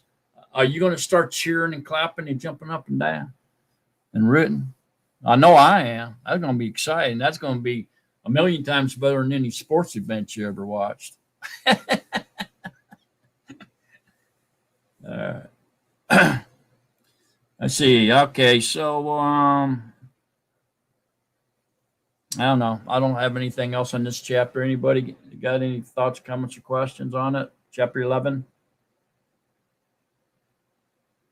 A lot of foreshadowing, in the Tanakh, which is good because what does that tell us? Since there's types and foreshadows and unfulfilled prophecy in the Tanakh, what does it tell us? Or show us? Sandra? That it's still in progress. We're still in progress.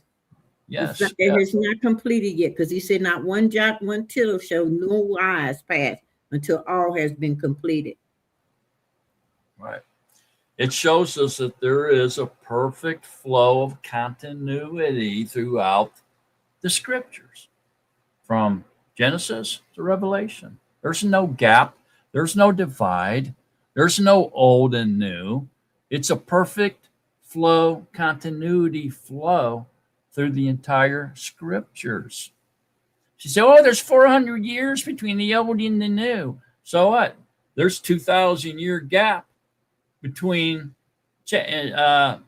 different passages in the Tanakh as well.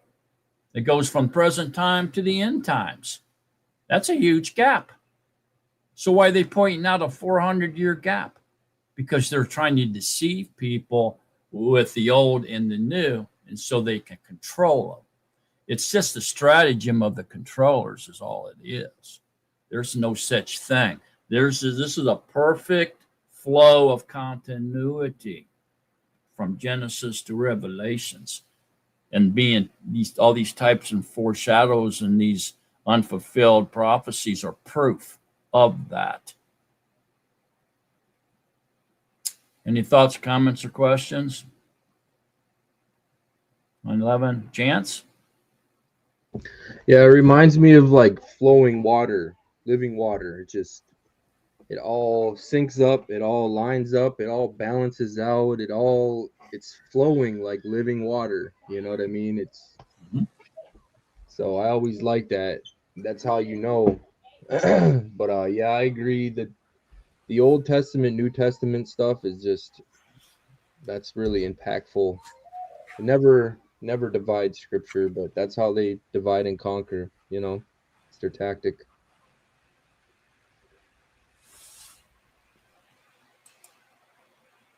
Right.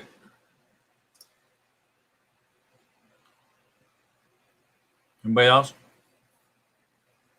All right, let's go to 12 then. Who wants to read chapter 12? This is kind of a summary chapter, if you will. Yeah, go ahead, Talitha. Okay, chapter 12. And these are the sovereigns of the land whom the children of Yisrael smote, and whose land they possessed beyond the Jordan, towards the sun rising, from the Wadi Arnon to Mount Kermon, and all the desert plain eastward. Sikon, sovereign of the Amorites, dwelt in Heshbon, ruling from Aroer, which is on the bank of the Wadi Arnon, from the middle of the Wadi, and half Gilead, even as far as the Wadi Yabok, the border of the children of Ammon, and the desert plain of the sea of Kinneroth eastward, as far as the sea of the Arva, the salt sea, the way to Beth Yeshimoth, and southward below the slopes of Pisgah, and the border of Og, sovereign of Bashan, was of the remnant of the Raphaim, who dwelt at Ashtaroth and at Edrei, and ruled in Mount Kermon, and in Salcah, and in all Bashan, as far as the border of the Geshurites and the Maccathites, and the half of Gilead as far as the border of Sikon, sovereign of Heshbon. Musha, the servant of Yahuwah, and the children of Yasharel had smitten them.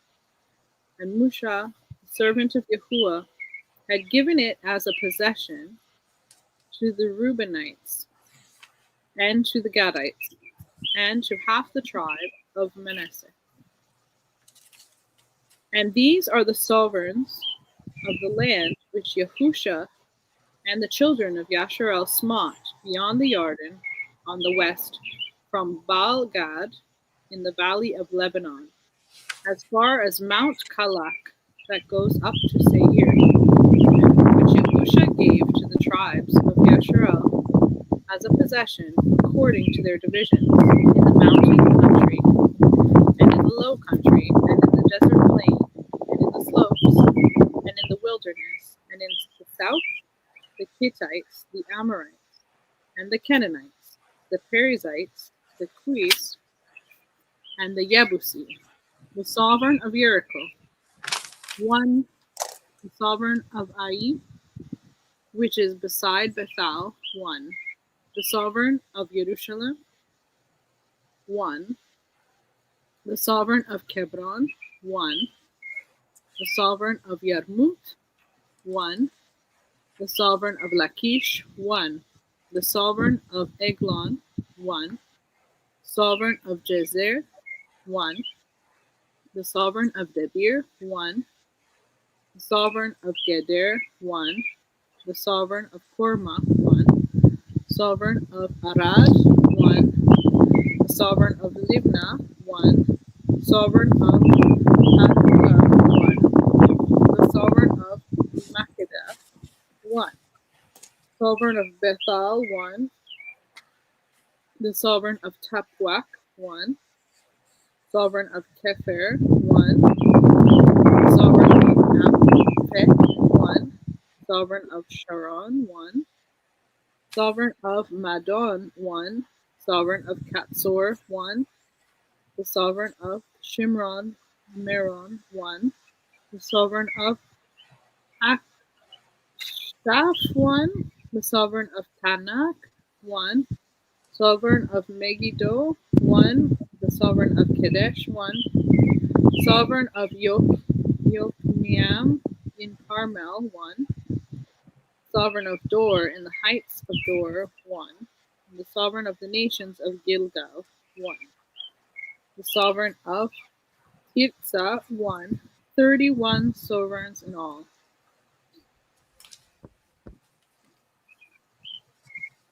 Okay, thank you. So here's a list of the 31 defeated kings so far that Joshua and the Israeli army has conquered. But there's still some that remain. So all of the land has not been taken yet. And so chapter 13 here is a continuation of chapter 12. So 12 and 13 really go together. You want to continue reading 13, Talitha, or does somebody else want to read it? Can you do that, Talitha? It kind of goes with 12. Yeah, I can do that. I don't even see them as different chapters, really. They should have just been one chapter. But yeah, go ahead. Okay. And Yahusha was old, advanced in years. And Yahuwah said to him, You are old, advanced in years, and still much of the land remains to be possessed. This is the land that remains, all the districts of the Philistine, and all the Geshurites, from Shekor, which is in front of Mitzrayim, and up to the border of Ekron northward, are considered as Canaanite.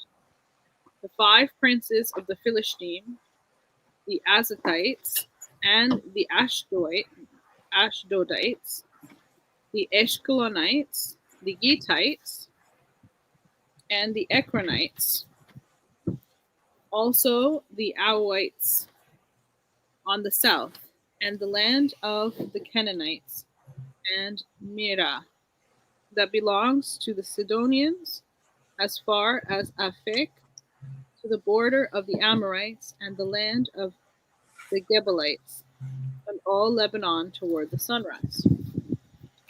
From Baal Gad, below Mount Kermon, as far as the entrance to Hamath. All the inhabitants of the mountains from Lebanon as far as Misrephoth Maim, and all the Sidonians. I myself drive them out before the children of Yasharel. Only divide it by lot to Yasharel as an inheritance, as I have commanded you. And now divide this land as an inheritance to the 9 tribes and half the tribe of Manasseh. With them, the other half tribe, the Reubenites and the Gadites, received their inheritance, which Musha had given them beyond the Jordan eastward, as Musha the servant of Yahuwah had given them. From Aroer, which is on the bank of the Wadi Arnon, and the city that is in the middle of the wadi, and all the plain of Medeba as far as Dibon, and all the cities of Sikon, sovereign of the Amorites, who reigned in Keshmon, as far as the border of the children of Ammon in Gilead, and the border of the Geshurites and of the Maccathites, and all Mount Hermon, and all Bashan, and far as Salcah. And the reign of Og and Bashan, who reigned in Ashtaroth and Edrei, who remained of the remnant of the Raphaim, for Musha had smitten and disposed them. However, the children of Yasharel did not drive out the Geshurites, nor the Maccathites. So the Geshurites and the Maccathites dwell in the midst of Yasharel to this yom. Only to the tribe of Lui he had given no inheritance. The offerings made by fire to Yahuwah Elohim of Yasharel were their inheritance, as he said to them. And Musha gave to the tribe of the children of Reuben for their clans, and their border was from Aror, which is on the bank of the Wadi Arnon, and the city that is in the middle of the wadi, and all the plain by Medeba, Heshbon, and all its cities that are in the plain, Dibon, and Bamoth Baal, and Beth Baal Meon, and Yatzah, and Kedemoth, and Mepha, and Yediataim, and Sibma, and Sereth, Shakad, on the mountain of the valley, and Beth Peor, and the slopes of Pisgah, and Beth Yeshimot, and all the cities of the tableland, and all the reign of Sikon, sovereign of the Amorites, who reigned in Keshbon, whom Musha had smitten with the princes of Midian, Eu, and Rechem, and Sur, and Pur, and Reba, princes of Sikon dwelling in the land. And the sons of Yasharel killed with the sword Bilam, son of Beor, the diviner, among those who were killed by them. And the border of the children of Reuben was the bank of the Jordan. This was the inheritance of the children of Reuben for their clans, the cities and their villages. And Musha gave to the tribe of Gad, to the children of Gad for their clans. And their border was Yazer, and all the cities of Gilead, and half the land of the children of Ammon as far as Eror, which is before Rabbah, and from Keshbon to Ramath Mitzpeh, and Betonim, and from Machanaim to the border of Debir, and in the valley Beth Haram, and Beth Nimrah, and Sukkot, and Saphon, the rest of the reign of Sikon, sovereign of Keshbon, the Jordan being its border, as far as the edge of the sea of Kinneret, beyond the Jordan eastward. This is the inheritance of the children of Gad for their clans, the cities and their villages. And Musha gave to half the tribe of Manasseh, and it was for half the tribe of the children of Manasseh for their clans. And their border was from Machanaim, all Bashan, all the reign of Og, sovereign of Bashan, and all the small towns of Yair, which are in Bashan, 60 cities, and the half of Gilead, and Ashtaroth, and Edrei, cities of the reign of Og and Bashan, were for the children of Machir, son of Manasseh. To the half of the children of Machir for their clans, these Musha gave as an inheritance in the desert plains of Moab, beyond the Jordan by Jericho eastward. But to the tribe of Lui, Musha gave no inheritance. Yahuwah Elohim of Yasharel, he was their inheritance, as he had said to them.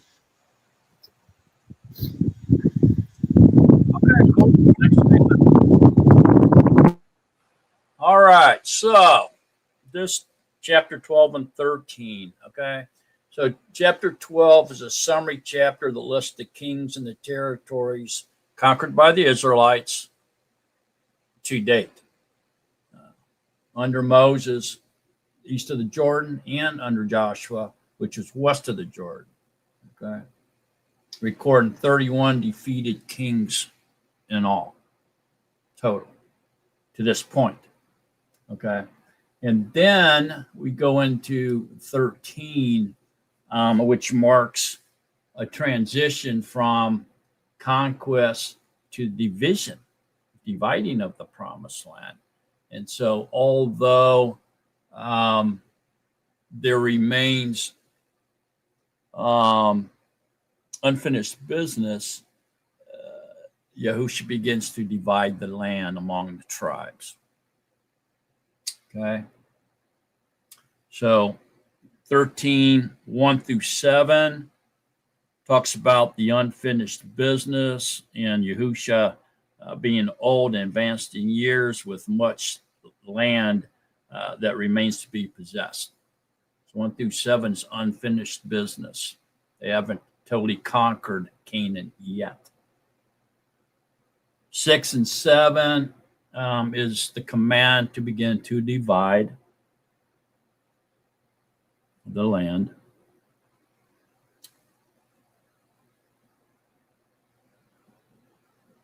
C7, and now divide this land as an inheritance to the 9 tribes and half the tribe of Manasseh. See that? It's command to divide. And then 8 through 13, it talks about the eastern tribes. So this reaffirms the territory that are allocated by Moses to Reuben, the tribe of Reuben, Gad, and half the tribe of Manasseh. It was on the east side of the Jordan. So it's reaffirmation, if you will, reaffirming what Moses did. And then 14, verse 14 and verse 33 confirms that the tribe of the Levites had no inheritance of land. Because why? Why didn't the Levites get an inheritance? Phyllis? Their inheritance were the offerings made by the other tribes, and Yahusha, Yahuwah was their inheritance. Right.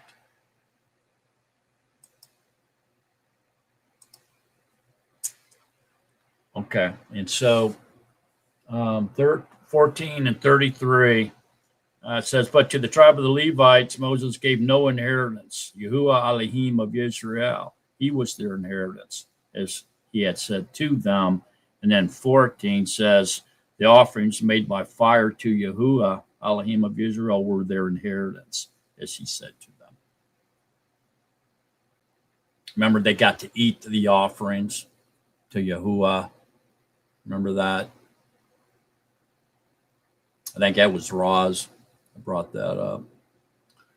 Anyway, speaking of her, she ain't been out here in a few weeks. Wonder what's up with her. I seen her on last night though. So verse 13 is unconquered area. However, the children of Israel did not drive out the Geshurites nor the Maccathites or the Geshurites, and the Maccathites dwell in the midst of Israel to this day. So that's unconquered area.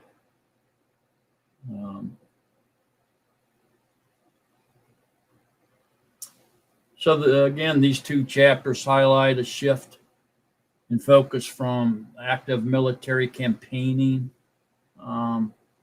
toward inheritance of the land and the stewardship of the land, division of the land. Commanding the tribes to take personal responsibility when they take possession of their allotted territories.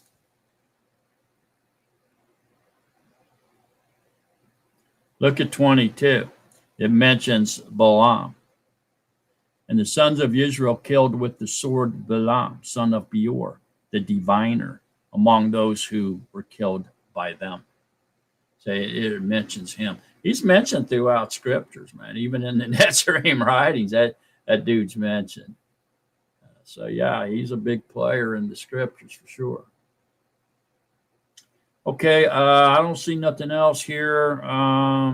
Any thoughts, comments, or questions? Go ahead, Phyllis. Since you brought up Balaam, I never was real clear what he was. He wasn't a true prophet of Yahusha, was he? He just set himself up like a prophet. Well, he talked to Yahuwah. Yeah. I mean, Yahuwah spoke with him. And so he was a prophet, but he was wicked in the fact that he tried to sell his gift of prophecy for money. Okay. That was his problem. It just surprised me that you just let him go on, but I see here he got his revenge. Oh yeah, I mean he's even mentioned in the Natsarim writings. I mean his character was definitely stained. Like I said, his big problem was greed.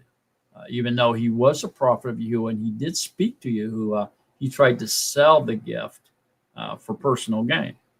And then when this king tried to hire him to curse or plague Israel, he's like, I can't do that, plague something that Yahuwah is blessed. But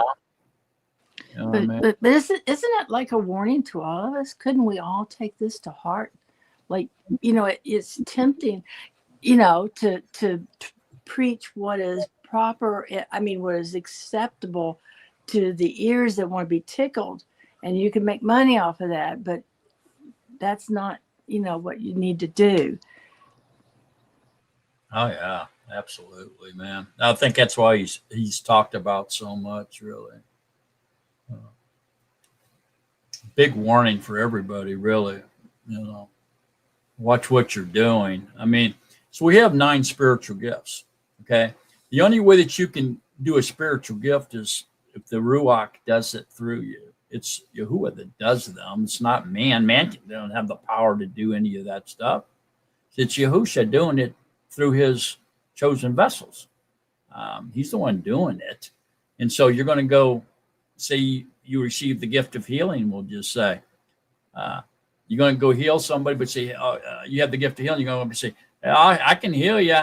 Yahuwah gave me I can work the gift of healing. I have the Ruach in me, but if you give me $10,000, I'll heal you. That would be the same characteristics of Balaam here, And remember somebody was wanting to buy the gift of the Ruach HaKodesh, and that's basically kind of the same thing, and just a spin on it, reverse engineering on it, but it's still kind of the same thing.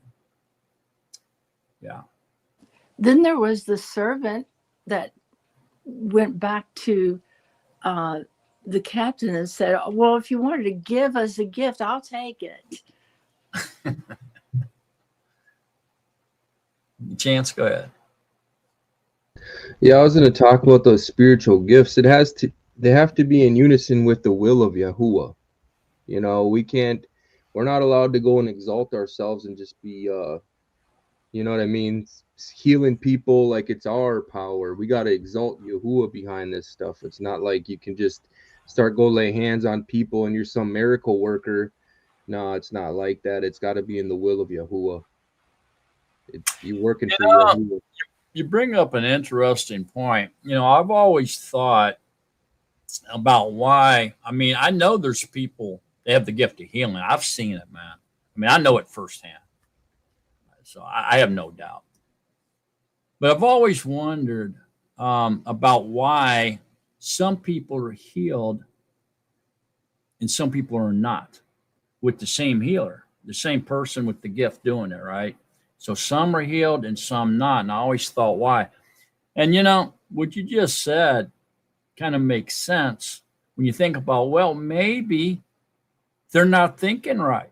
Maybe they're thinking, I'm going to go heal this person rather than, you know, Yahusha, heal this person, be healed in the name of Yahusha of Nazareth, you know, but they're thinking, I'm going to go heal this person, or they think prideful of themselves because they're going to go help this person. And so in a way thinking it's them, giving esteem in themselves. And so the healing doesn't work because the Ruach says, oh, you think you can do it? Go, let me see you do it without me. And they can't. So I'm just wondering if maybe this is why some people are healed, some people are not. You know, a very interesting point you brought up there, though. Go ahead, Chance. Something interesting also what Master Yahusha said is when he was healing everybody, healing sicknesses and stuff, he would often tell people, do evil no more so nothing worse befalls you. You know what I mean? So you're clean and you're pure, you've been healed.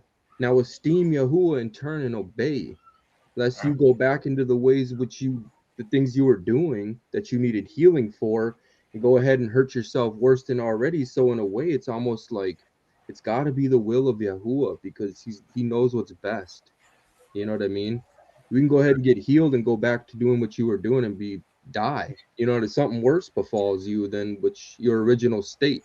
You know, so it's Yeah, good. That's a good point. Go ahead, Sandra.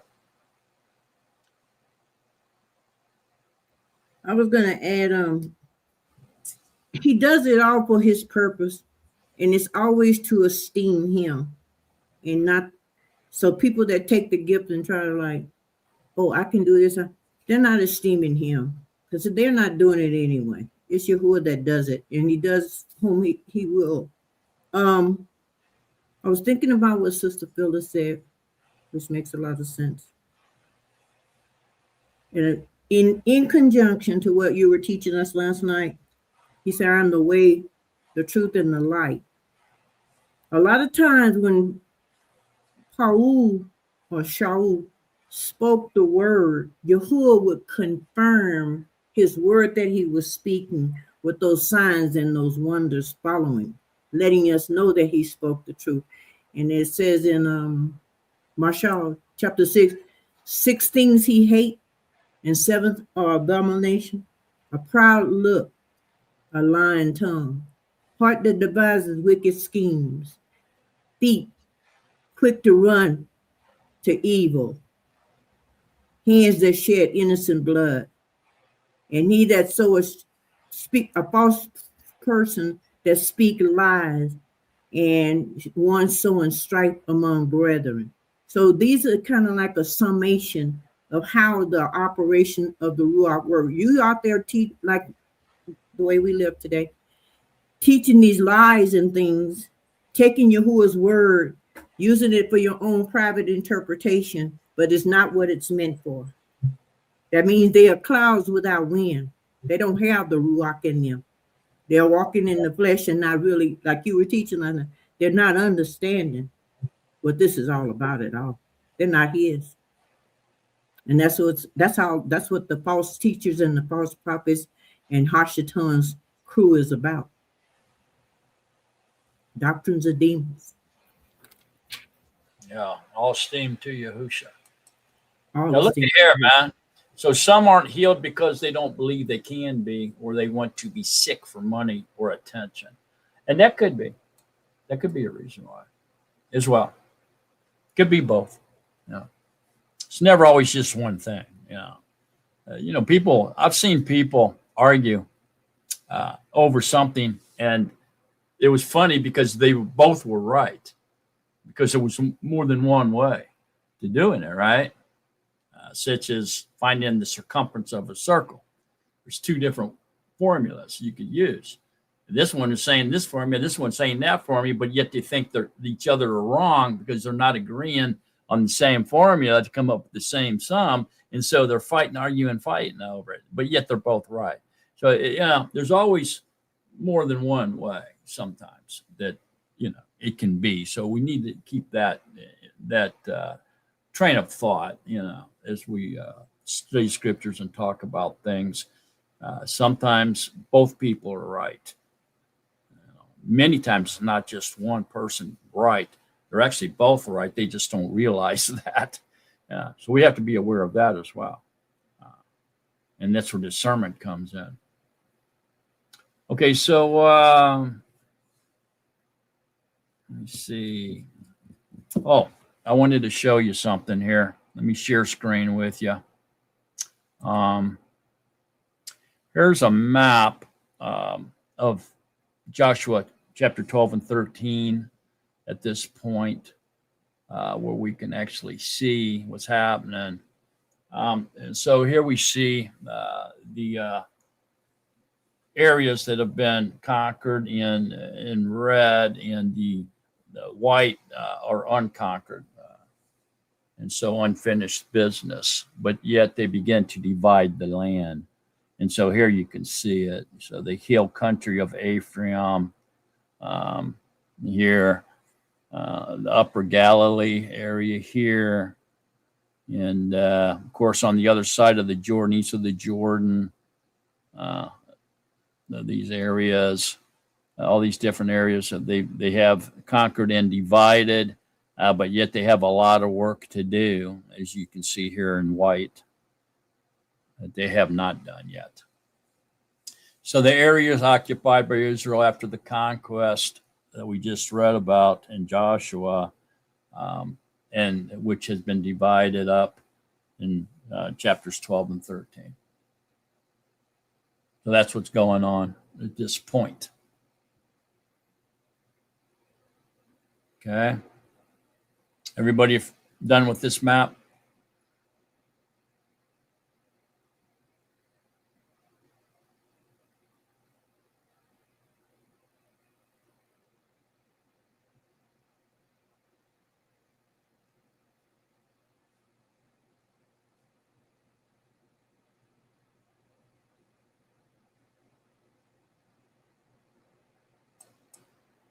Okay. All right. Any other thoughts, comments, or questions on chapter 12 or 13? Or everybody sees where they're at, what's going on at this point. All right.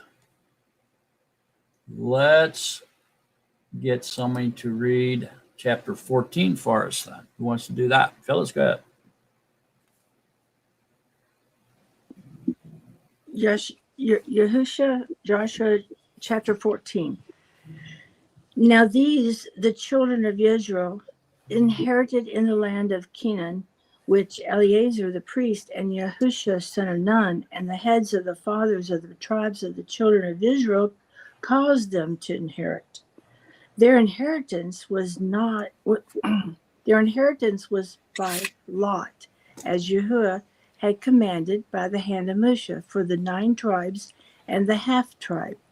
For Moshe had given the inheritance of the 2 tribes and the half tribe beyond the Jordan, but to the Luim he gave no inheritance in their midst. For the children of Yusuf had become 2 tribes, Manasseh and Ephraim, And they gave no part to the living in the land, except cities to dwell in, with their open land for their livestock and their possessions. As Yahuwah had commanded Moshe, so the children of Israel did, and they divided the land. And the children of Yehuda came to Yahusha in Gilgal, and Caleb, son of Jephunneh the Kenizzite, said to him, "You know the word which Yahuwah said to Moshe, the man of Elohim, concerning you and me in Kadesh Barnea. I was 40 years old when Moshe, the servant of Yahuwah, sent me from Kadesh Barnea to spy out the land. And I brought back word to him as it was in my heart. But my brothers who went with me made the heart of the people melt. But I followed Yahuwah, my Elohim, completely. So Moshe swore on that Yom, saying, the land on which your foot has trodden is your inheritance and your children's forever, because you have followed Yahuwah, my Elohim, completely. That could be a promise to us all. And now, see, Yahuwah has kept me alive, as he said, these 45 years since Yahuwah spoke this word to Moshe while Yisrael walked in the wilderness. And now, see, I am 85 years old today. Yet I am still as strong today as I was on the Yom that Moshe sent me. As my strength was then, so my strength is now for battle and for going out and for coming in. And now give me this mountain of which Yahuwah spoke in that Yom, for you heard in that Yom how the Anakim were there, and that the cities were great and walled. If Yahuwah is with me, then I shall dispossess them, as Yahuwah said. Yahusha then blessed him and gave Hebron to Caleb, son of Jephunneh, as an inheritance. So Hebron became the inheritance of Caleb, son of Jephunneh, the Kenizzite, to this Yom, because he followed Yahuwah Elohim of Israel completely. Now the name of Hebron was formerly Kereth Arba. Arba was the greatest man among the Anakim, and the land had rest from fighting. All right. Thanks, Phyllis. Okay. So, wow, huh? So this again details the beginning of the division of the promised land west of the Jordan among the 9.5 tribes. Okay. Yeah, overseen by Joshua and the high priest, Eleazar. The key thing here, or the main thing in this chapter, is Caleb.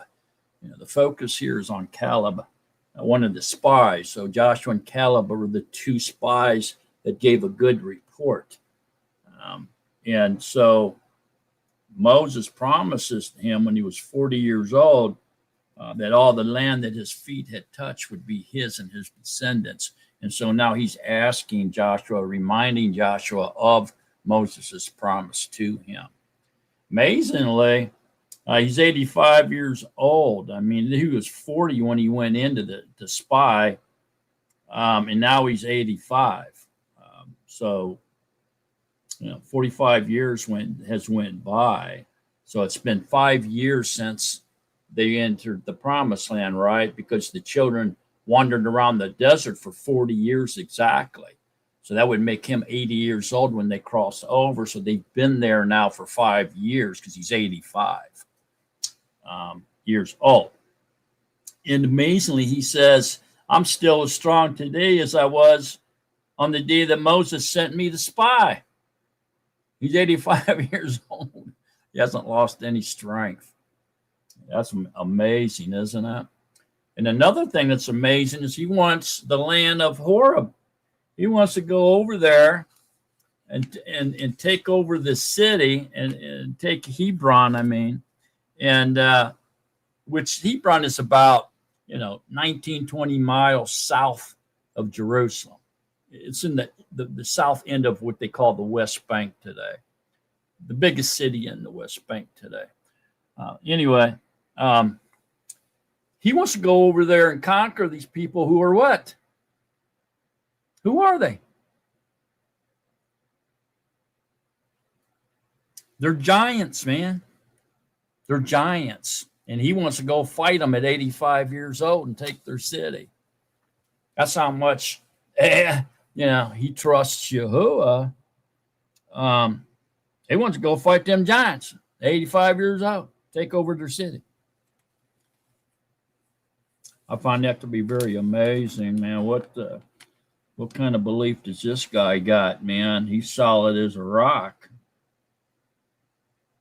It says here in 9:14:9. So Moses swore on that day, saying, the land on which your foot has trodden is your inheritance and your children's forever, because you have followed Yahuwah, my Elohim, completely.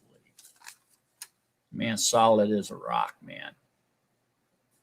Probably built like a rock, too. I imagine him just being muscular and old and gray and just strong as can be. He wants to beat up on some giants, right? What else do we know about Hebron? Sandra, you got something? Sandra? I was going to ask, could this be a prophecy? Remember, he said, in their old age, they shall bring forth. The reason why I'm thinking that is because he said, I have followed Yahuwah completely. And even in our youth, 100 years old can still bring forth fruit. According to, I think it's in one of the Yashayahu. Oh, you mean like Abraham believed, although he was 100 years old? I mean, like this is sort of like a prophecy of the when we completely take over the kingdom, we still will be bringing forth fruit, even in our old age. Oh, yeah.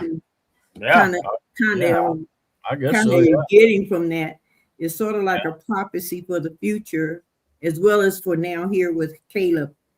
Hebron, was Hebron also called? He said it was what? Not Bethel, is it? What else do we know about Hebron? I mean, it's saying Hebron here in the BYNB, but now we know it as Hebron. Hebron. What do we know about that? Other than it's in south in the West Bank, of the largest city in the West Bank. What else do we know about it? We talked about it not too long ago. We sure did.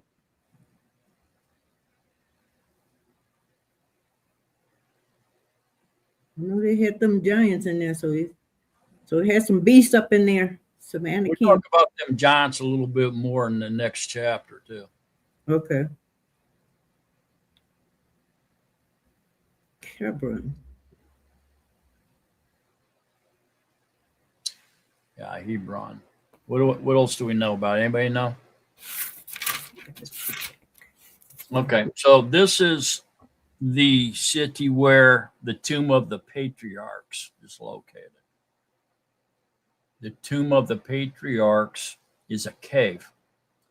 Well, you can actually go over there and see it, if you ever take a vacation over there. But the tomb of the patriarchs is where 3 significant couples are buried, and possibly 4. Y'all know who they are? The 3 significant couples with possibly 4. Sandra? Abram and Sarah, and I think Yishak and Rebecca, and the last one was Yaqub and Leah. Right. These are the 3 couples that are buried in Hebron. And then, according to Jewish tradition, who else is buried there? They can't prove it, but it's heavily believed. Anybody got any idea? Who else is buried there? Adam and Kua. I didn't know that. Yep, Adam and Kua. Believed Adam and Kua. Yeah, go to Genesis 23.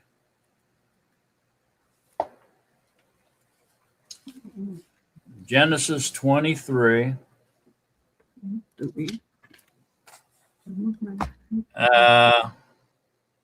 17 through 20.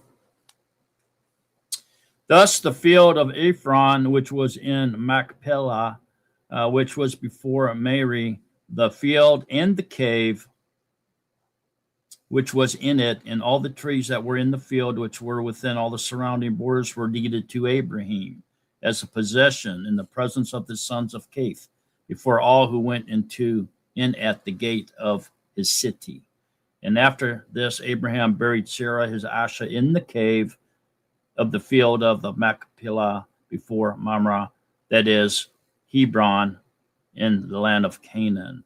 Thus the field and the cave that is in it were deeded to Abraham by the sons of Cath as property for a burial site. Okay, so proving that this is where the cave of the patriots is, in Hebron. Okay. Come here. I got a visitor. Come here.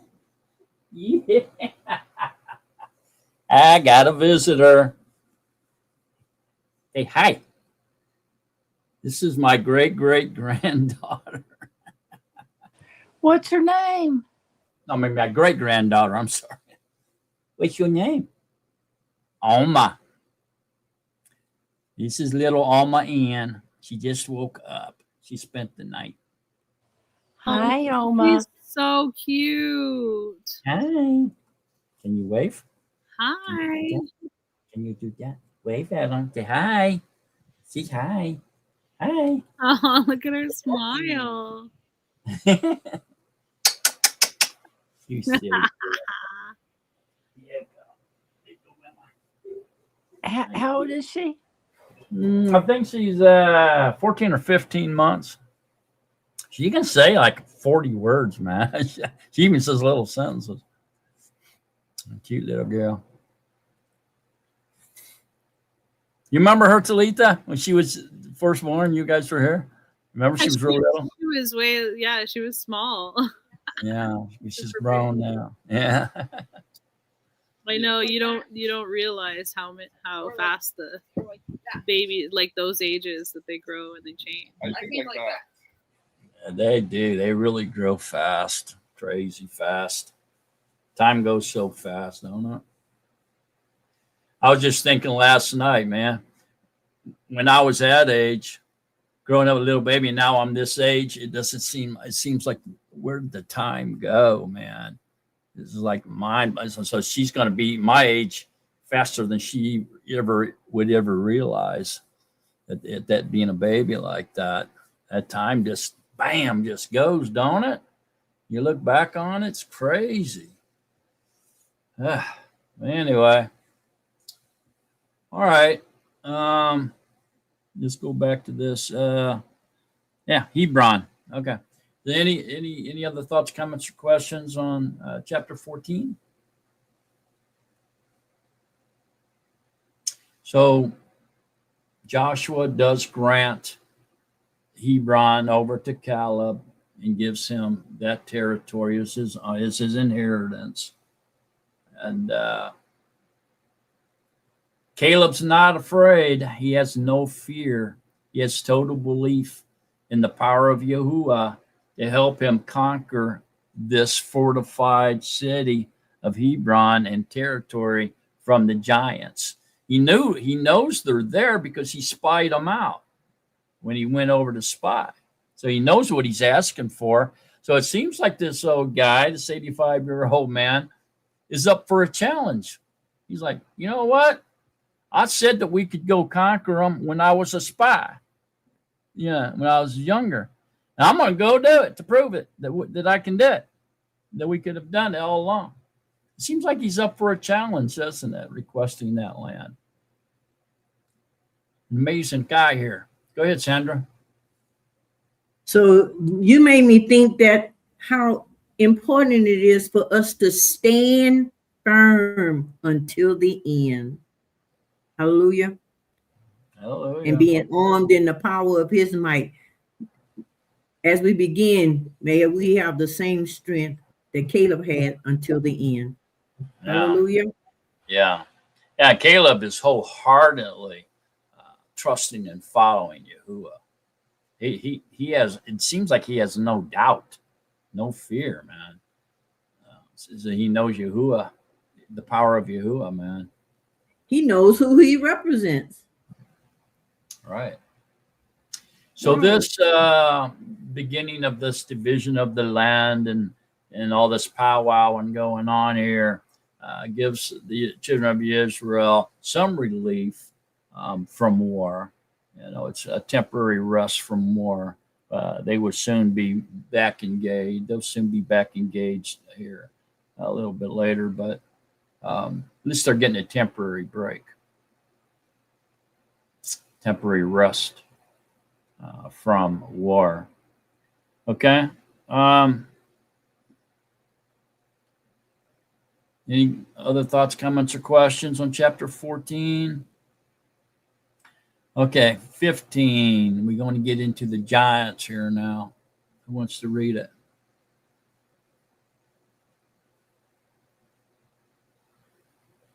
Yeah, Sandra? I give it a go in the name of Yahusha. Yahusha, Joshua chapter 15, starting at verse 1.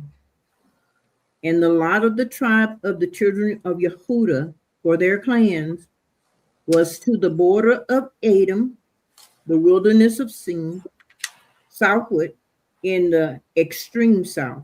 And their southern border began at the edge of the Salt Sea, from the bay that faces southward.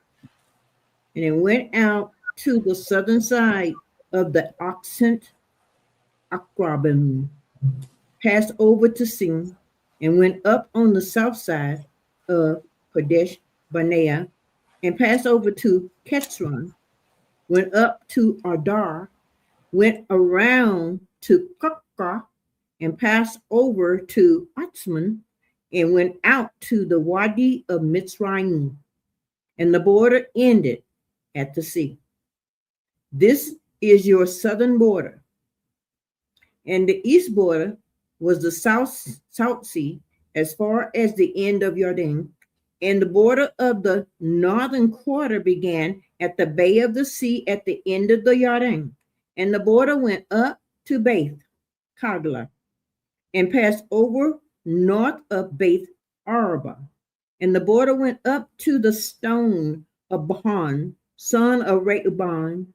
And the border went up toward Debir from the valley of Ukra, and it turned northward toward Gilgal, which is before the accent of Adumim, which is south of the Wadi.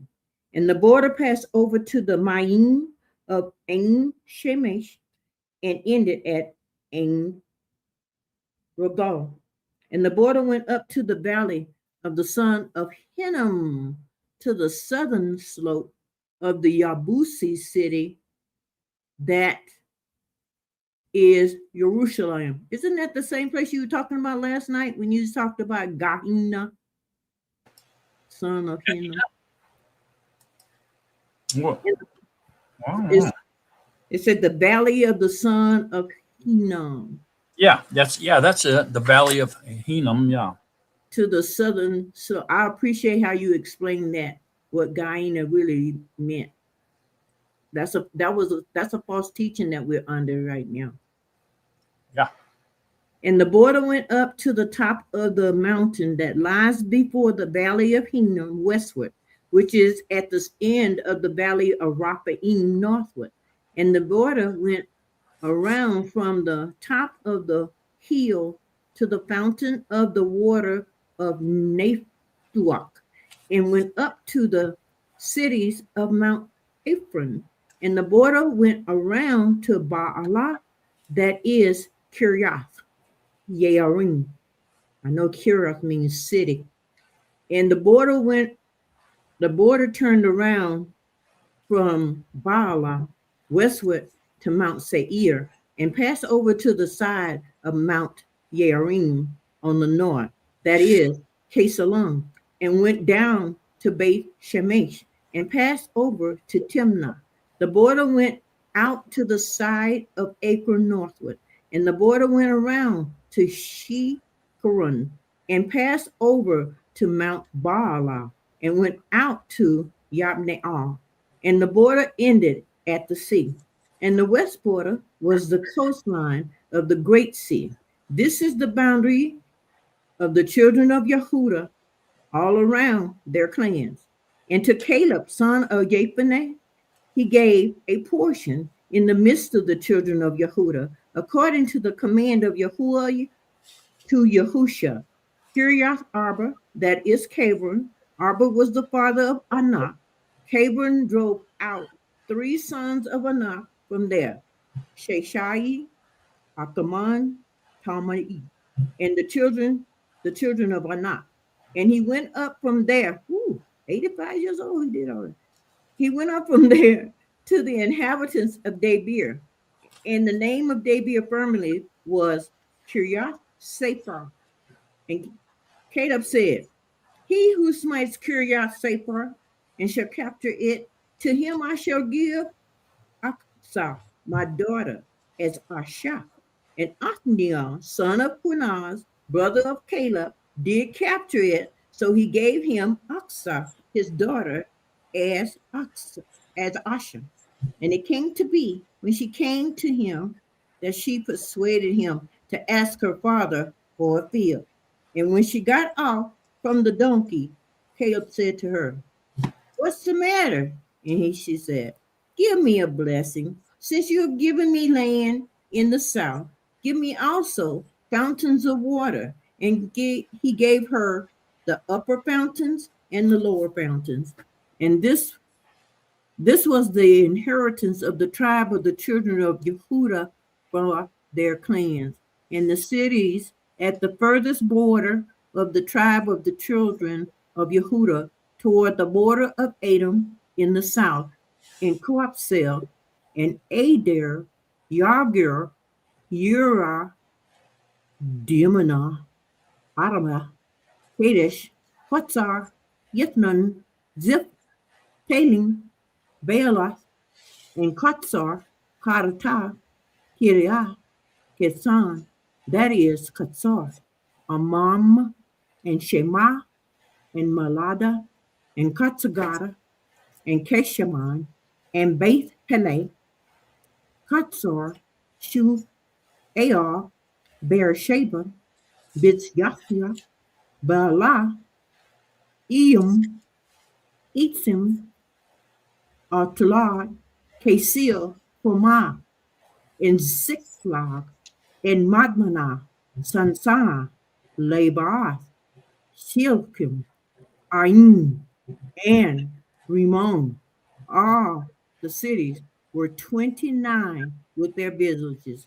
In the low country, Ishtar, Sora, Asna, Zanawak, Angonim, Tapuak, Enan, Yamuth, Adalum, Sukkah, Azaka, Sharon, Arieth, Gerara, Geraratan, 14 cities with their villages.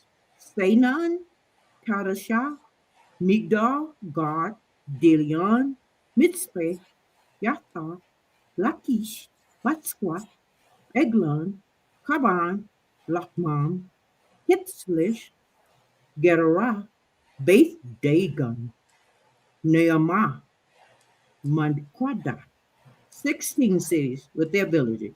Libna and Arthur, Ashshan, Yiftah, Ashna, Netzib, Keilah, Azir, Maresha, 9 cities with their villages. Akron with its towns and its villages, from Akron to the sea, all that were by the side of Ashdod with their villages. Ashdod, its town and its villages. Gaza, its town and its village. As far as the Wadi of Mizraim and the great sea with its coastline. And in the mountain country, Shamir, Yatir, Sakah, Dana, Kiryat Sana, that is Debir, Anab, Eshtemoth, Aniam, Gushan, Cullen, Gula, 11 cities with their villages, Ara, Duma, Eshin, Yanam, Beit Tapuak, Ephakah, and Kunta, Kiryat Arba, that is Hebron, Selah, 9 cities with their villages, Mayon, Carmel, Zip, Yupta, Yitzrael, Yak, Deam, Zanuak, Huanim, Gibeah, Tibnah, 10 cities with their villages, Kalkul, Besur, Kedor, Marah, Beit Anah, all Tupuan, 6 cities with their villages, Kiryat Baal, that is Kiryat Yearam, Rabbah, 2 cities with their villages. In the wilderness, Beit Araba, Middan, Sekaka, Nipshah, and the city of South and Ajadeh, 6 cities and their villages. As for Yabusi, the inhabitants of Jerusalem, the children of Yehuda were unable to drive them out. So the Yabusi have dwelt with the children of Yehuda in Jerusalem to this young. Woo. Wow, Sandra. Good Much job. from this question.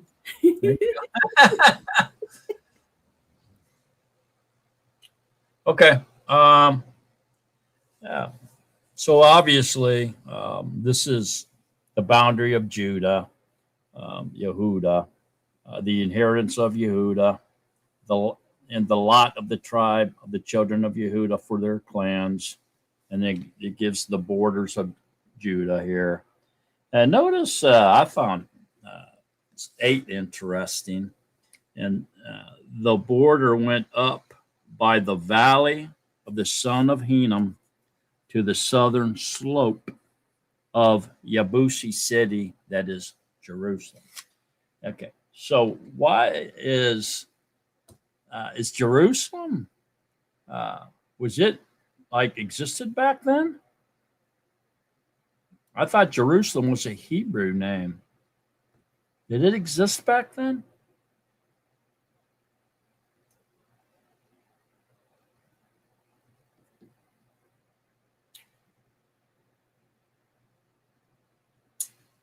It existed, but under a different name. There you go. It was under the name of Yebusi. Right. It wasn't Yezreel. It wasn't Jerusalem. It was Yebus or Yebusi city here. Okay. Or Jebus is what they call it.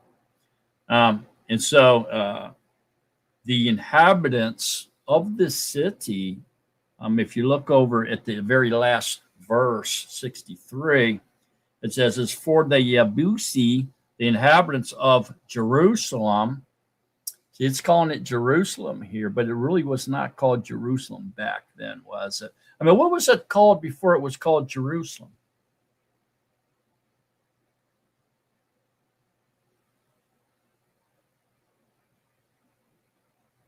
Sandra?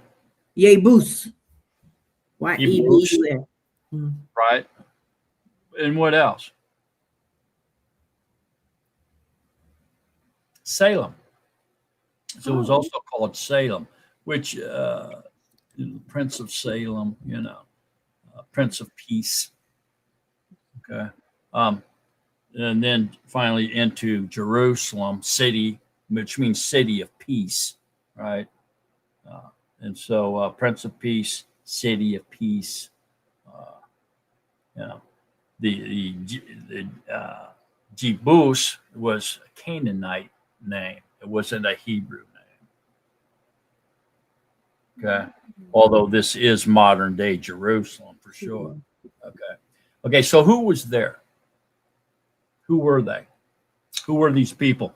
Yeah, 63 says the children of Yehuda were unable to drive them out.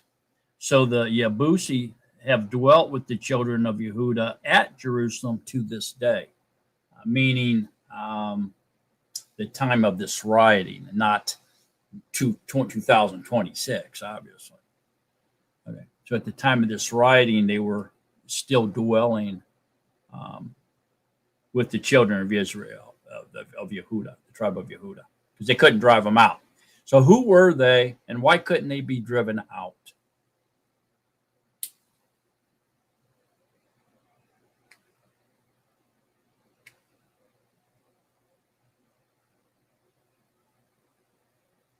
Anybody got any idea?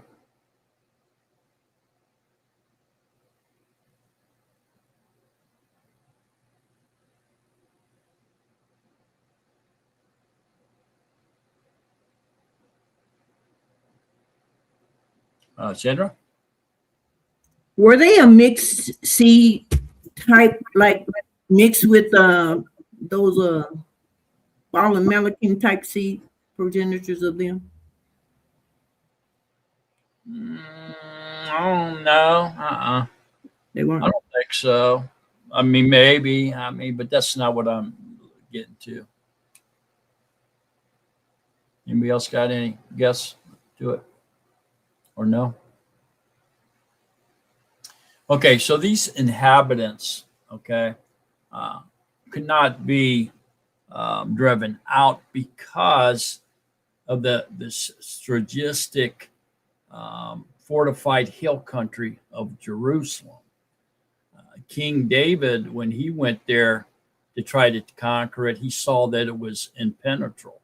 Remember, he went up through the well and out the well to conquer the city, and then they named it the City of David. Remember that, because it was so fortified because of the area that nobody could get in there. It was on sheer cliffs, valleys, 3 valleys through there, cliffs and mountains and rocks. And it was very fortified. So if they couldn't conquer it, although they tried. So they struggled to fully occupy this area, and so they ended up sharing it with these people. It says, to this day. And so they were living among the people of Judah because they couldn't fully conquer or occupy it. And so these people then were distinct Canaanite people. So they were Canaanite. Okay. A very distinct Canaanite group of people. So you said they are distinct Canaanite group. So they were people stronger than Yeshua.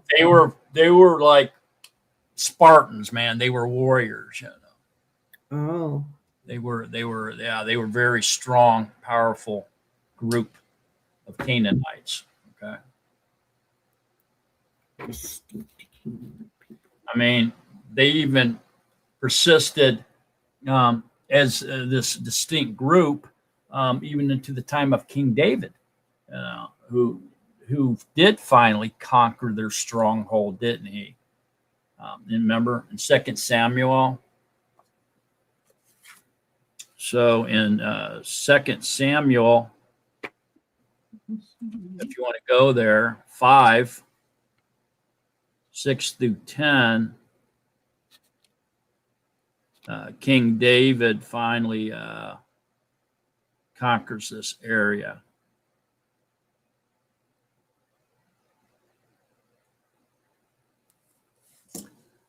So 2 Samuel, which is what we'll be studying next, is Samuel 5.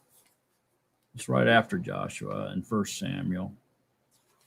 So 2 Samuel 5, 6 through 10.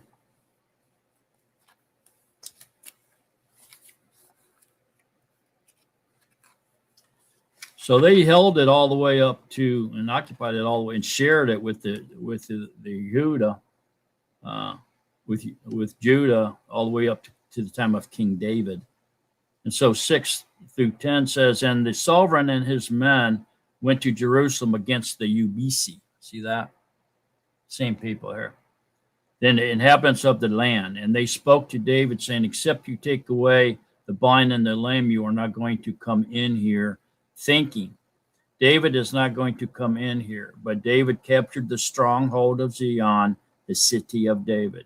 And David said on that day, anyone who smites the Yebusite, let him go by the water shaft and take the lame and the blind who are hated by David's being. That is why they say the blind and the lame do not come into the house. And David dwelt in the stronghold and called it the city of David. And David built all around from the Millo and inward. And Daud went on and became a great, and Yahuwah Elohim Sabaoth was with him and became great. So there you go. There's the conquest of the Ubisi, okay, by King David, years later. Can't hear you, Sandra. I say in Yahusha, Joshua, it was just not time yet. It was meant for Daud to capture it. That's right. Okay. Yeah, I mean, their presence in Jerusalem reflects a failure, doesn't it? A failure for the children of Israel to fully occupy the land they were commanded to occupy. I mean, we call them today a pocket of resistance, right? It would be called a pocket of resistance within Judah's territory. But to Yahuwah, their presence in Jerusalem meant a failure to obey his command by the children of Israel. Until, like I said, they persisted to share this territory with the Jews all the way up to the time of King David, when he finally conquered them, conquered their stronghold and renamed it the City of David. Everybody knows where that is. That's where they say the Temple Mount was built, where the temple really was, in the City of David on the crest of the cliff.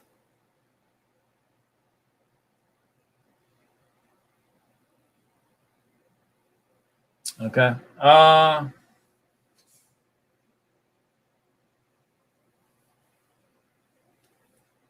right. Now look at 15:13. Starting it, we'll go to 12. Look at 12. And the west border was the coastline of the Great Sea. This is the boundary of the children of Yehuda all around for their clans. Okay, so what border is that? The west border was the coastline of the Great Sea. What does that mean?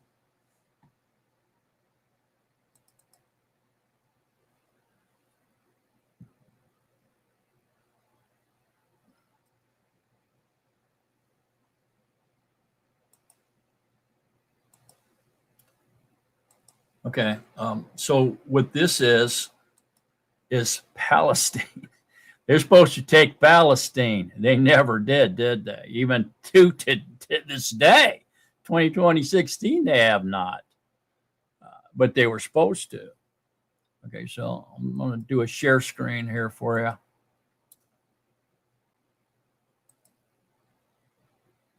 What's distinct about Palestine being the arch enemies of Israel? Who came from Palestine? So here we go. You can see basically here's Manasseh, and then on the east side, and then they got land on the west side of the two, all the way to the sea. So Manasseh, Ephraim right here below them, bordering with Dan, So Manasseh and Ephraim both border with Dan. Here's Benjamin. And look at this area that Judah was supposed to take, this big area. Of course, Simon was right in the middle of Judah's territory and eventually was absorbed by Judah and is hardly ever mentioned because of that. But along this coastline right here, Palestine. They were supposed to take Palestine. So you see Gaza City here. Here's Gaza. Here's Ashkelon. Here's Ashdod. Here's Gath. This is all Palestinian cities. Gaza City is where Samson was taken. His eyes put out. And he pushed down the pillars of City Hall and killed the leaders of the Palestine city, the mayor of the city. This is also where Goliath was from. Goliath was a Palestinian.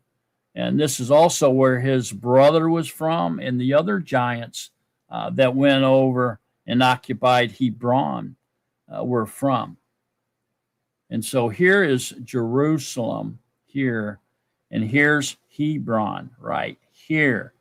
Hebron is only 19 or 20 miles from south of Jerusalem right here. Everybody seeing that? So it's not many more miles from Hebron to Gaza as you can see. Jerusalem to Hebron to Gaza. So maybe 30, 40 miles to Gaza. That's Palestinian territory. They were supposed to take it. They did not. Gad's over here. Okay, eventually, Dan, see where it says Dan right here? Up in here at the top, up here it says Dan. So here's Jerusalem. Here's Hebron. Here's Gaza. Here's Dan, Ephraim, and Manasseh. Up here where it says Lash, Dan up here. Dan was overtaken and overwhelmed by the Palestinians, and they fled up through the mountains here, and they ended up going up here and took over this little bit of land up here up in the north and settled up there. And that left a huge vacuum here in this territory of Dan. And so the Palestinians took it. And so Manasseh, aided by Ephraim and Judah, went in there and took back this territory, and Manasseh inhabited it and kept it for Dan. And eventually it will be given back to Dan at the end of times. Millennium reign, Dan will get back his territory. But you see along the Mediterranean Sea here, Gaza, Ashkelon, Ashdod, Gath, these are all Palestinian cities right here within the Palestinian territory. They had been warring with them. The giants actually went over here and took Hebron, and it was settled in here.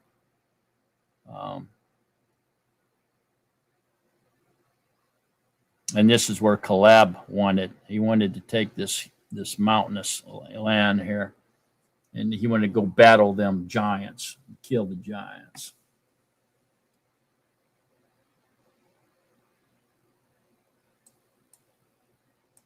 Okay. All right. So. Thank you. That was beautiful.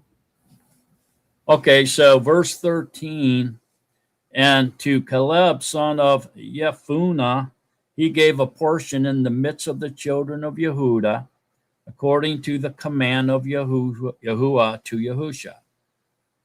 Giriath Arba, that is Hebron. Arba was the father of Anak, and Caleb drove out the three sons of Anak.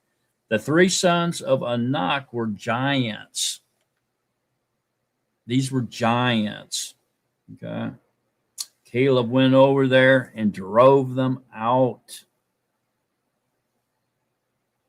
85 years old. Woo! All right. So then he says, whoever smites Guriath, Sephir, and shall conquer it, to him I shall give my daughter as his wife. And so the son of Kenaz, the brother of Caleb, did capture it. So he gave him his daughter as an Asha. So 18 and 19 is Aksa, his daughter, Caleb's daughter's request. 13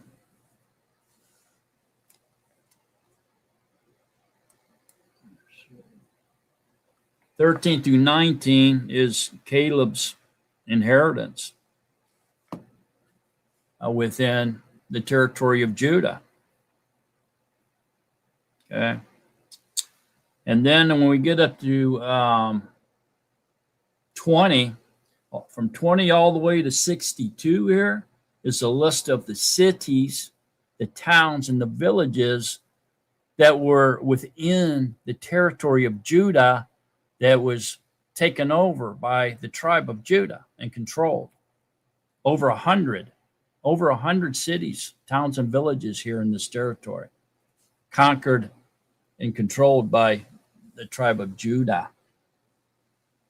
And they were Judah's inheritance, the tribe's inheritance as well. Over 100 cities. Thoughts, comments, or questions up to this point? Okay, so there's more giants mentioned other than these ones that Caleb drove out in their father, equal 4 here. There are more giants that pops up in Samuel. So in Samuel 1 Samuel 17, we see King David as a boy killing Goliath, the Palestinian giant. So there's 5. And then in 2 Samuel 21, 15 through 22, we find 3 or 4 more giants. Let's go to there to 2 Samuel 21.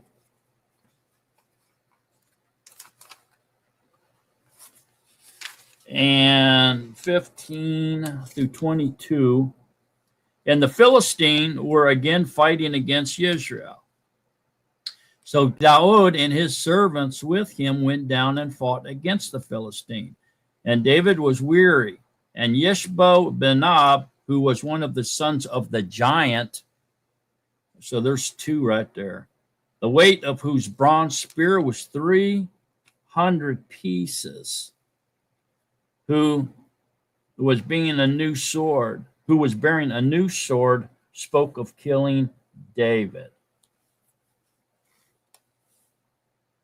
But Abishai, son of Zeruiah, came to help him and smote the Philistine and killed him.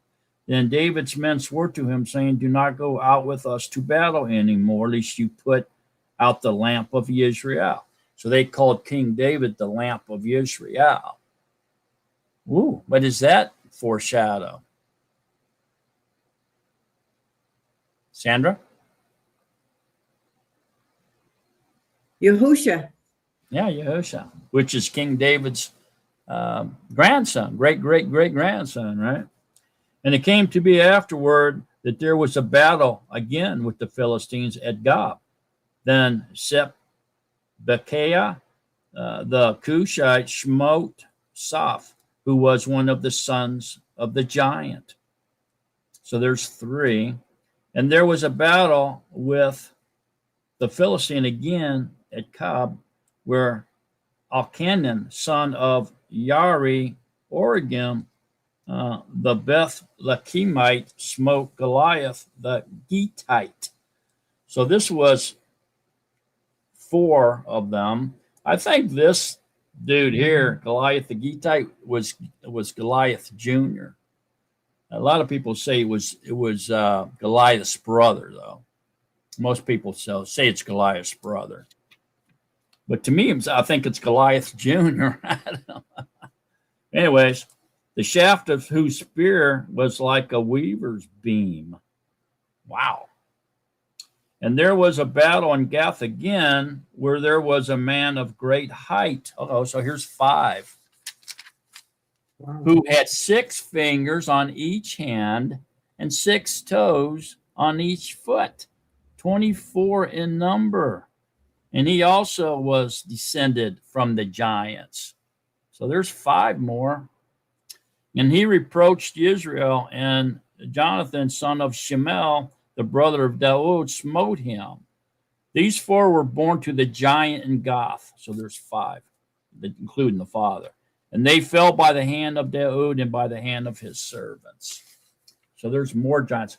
Okay, so there's 5. Going back over to Joshua now, 15, we see 3, right?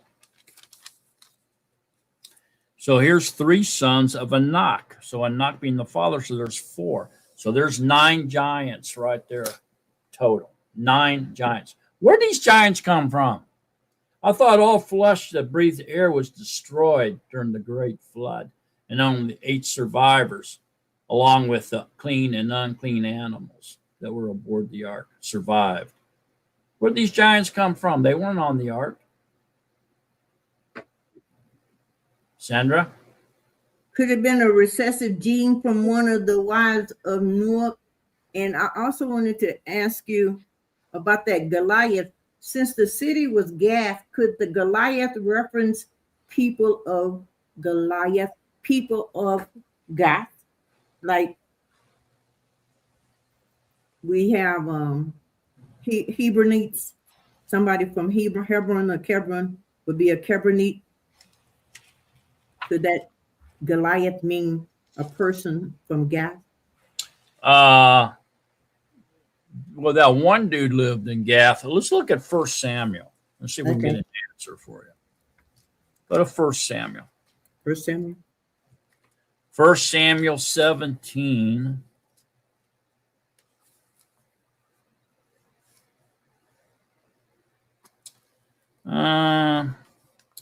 It says this was a great battle between the Philistine and Israel. Okay, the Philistines stood on one mountain, then there was a valley, and Israel stood on the other mountain, on the other side of the valley. Okay, and there was a valley between them. Then in 1 Samuel 17:4, it says, then a champion came out from the camp of the Philistine named Goliath from Gath. So where was the other guy?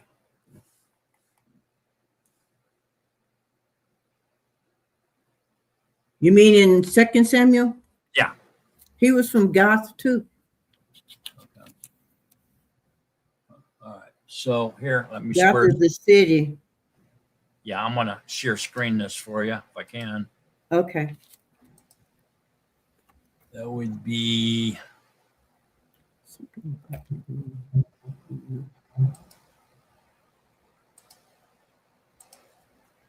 Let's see. Okay, so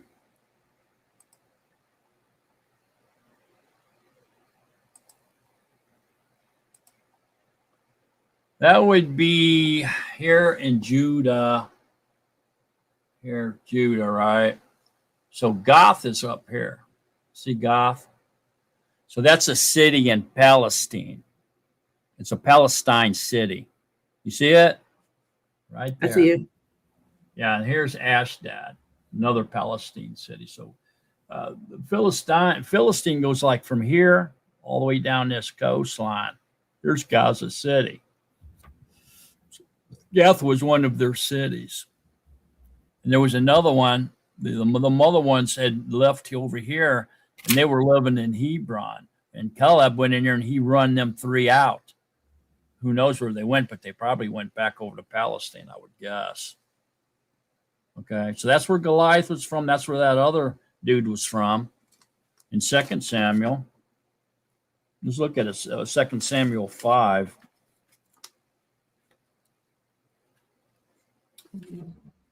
So 2 Samuel 5.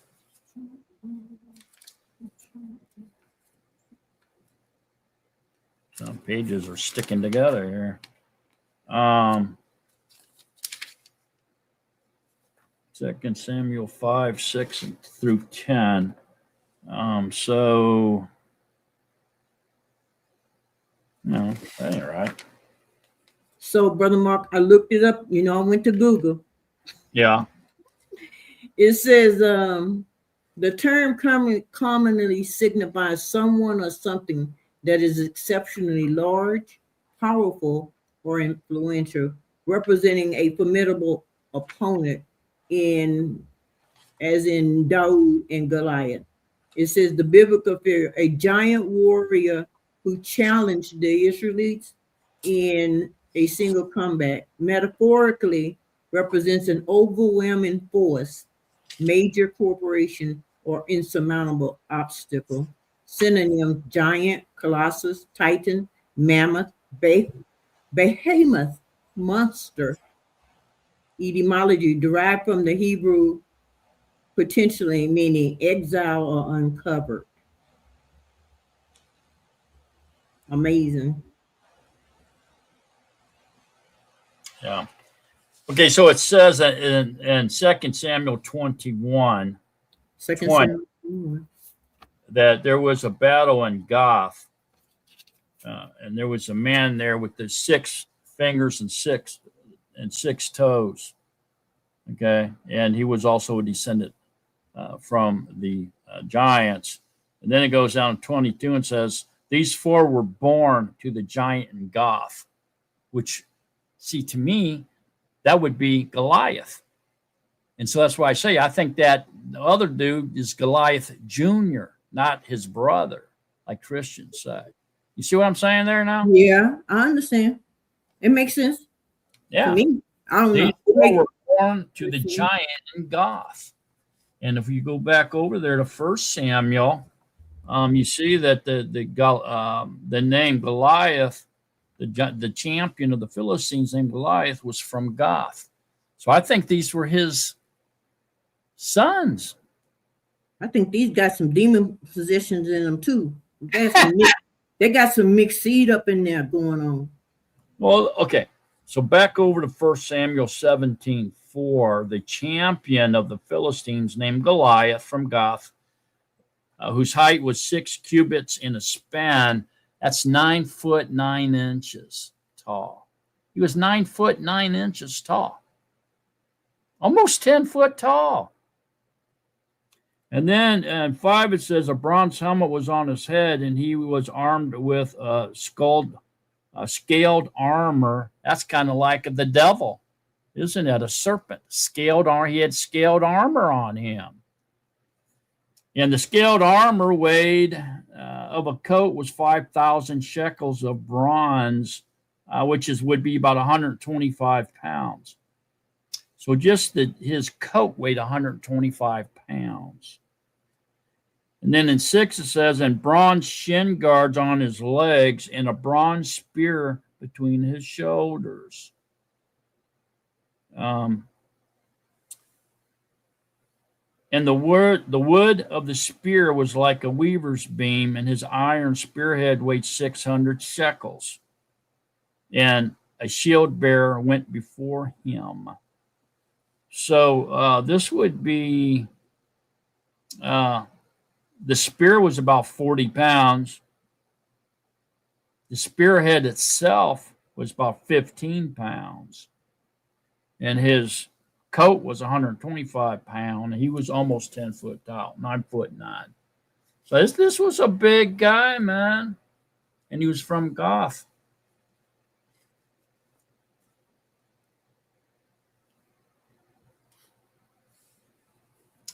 When we were over in Los Lunas, New Mexico, where the Covenant Stone is, we saw a Bigfoot track or some type of huge footprint. And it had 6 toes on it. It was crazy. Let me see if I can find that for you. I can find it or not. Here we go. Let me see.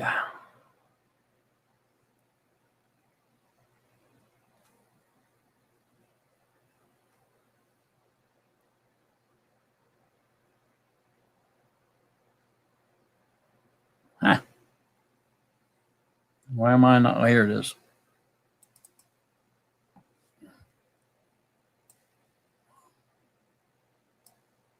All right, let me get rid of this.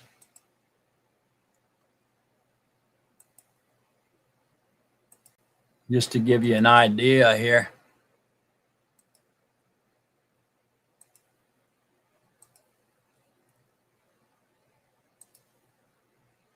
Yeah, we saw this when we were in Los Lunas and we were on the way back to the car.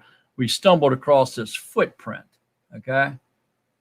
And if you notice, look how parched the land is. I mean, this was like stepping on concrete. This clay was so hard, but yet it collapsed under the weight of whatever this was. But you can see several things jump out here. First of all, the heel is perfectly formed here. You can see the round heel. It's perfect. And then when you go up here to the balm of the foot, and down here to the arch, you see how the arch, in a man's foot, the arch goes this way, showing you that there's an arch, right? Well, this arch is going the opposite way, showing that it's flat-footed. This thing does not have an arch on its foot. It's just got a big flat foot. That's why the arch is going this way rather than this way. And then the other thing that stands out here are the toes. We have the big toe is perfectly defined, and the second toe as well. And then we have 3, 4, 5, 6 toes on this thing. 6 toes, no arch, perfectly round back heel on this footprint, which was probably, I don't know, 13, 14 inches long, I guess. Do you think it could have been preserved in that mud over years? I don't know. I know there's a rainy season there in New Mexico, you know, and I think what happened was there was a ditch, kind of like, you know, creek, seasonal creek, just maybe 3 feet or 2 feet on the other side of that big toe. And I think maybe the water came up under there, the bank, and kind of washed that out just a little bit where the toes are. And so this thing came through there at that particular time and his weight was able to crush that down and make that imprint. And then it dried back up.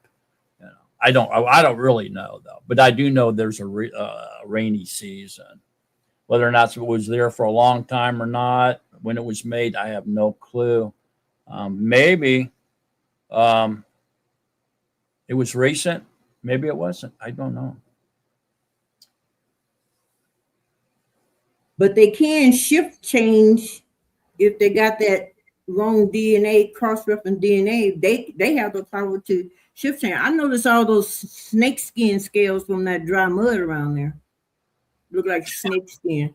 Well, that's what clay does when it gets parched, you know, it scales up like that. But yeah, I mean, maybe it's still there. Maybe it's not. I don't know, man. All I know is we stumbled on it and it blew our minds. So I would have ran. I probably would have tripped over my big feet running. Mm-hmm. Yeah, I found no other tracks. We could find nothing else. So it was definitely. What's that? In your cell phone picture, the shadow of your phone compared to that foot, man, your phone didn't even fit in the heel of that thing, man. Whatever that was. Yeah, that was my wife's phone. But yeah, it's long, you know. Her phone is pretty long. It's probably 6 or 7 inches long, maybe. I don't know.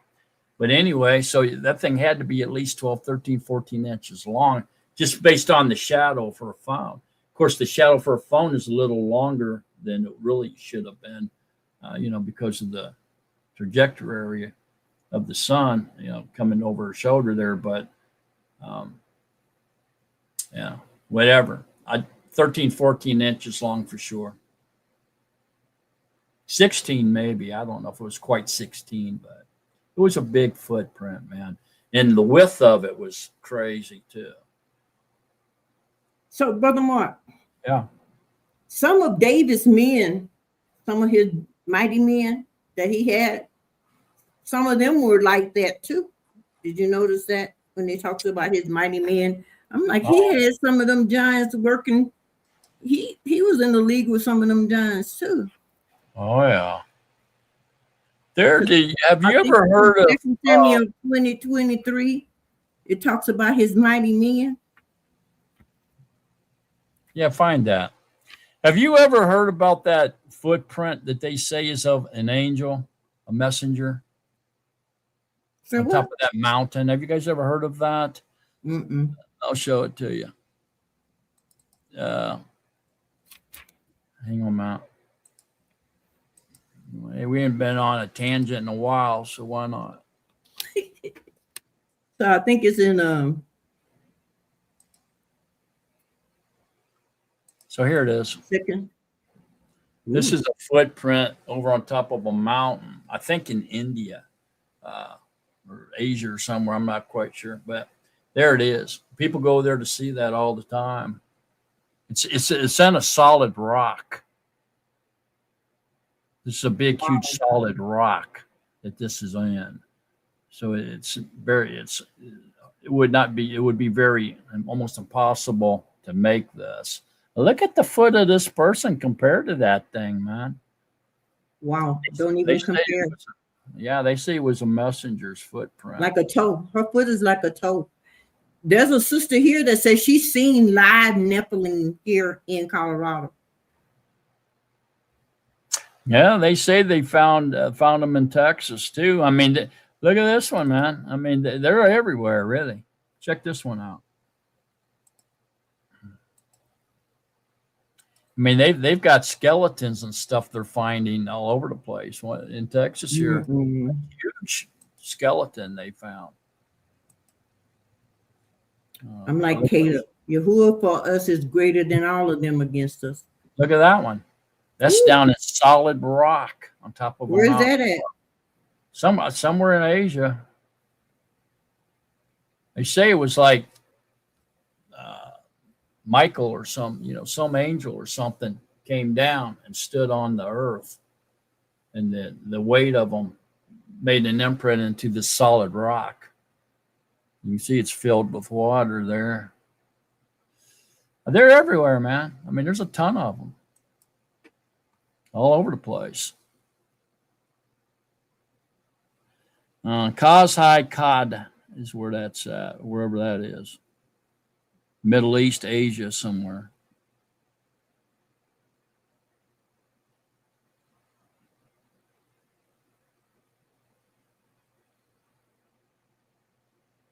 All right. I'll get off of that tangent. I can keep going, but I'm not going to. I got to restrain myself. All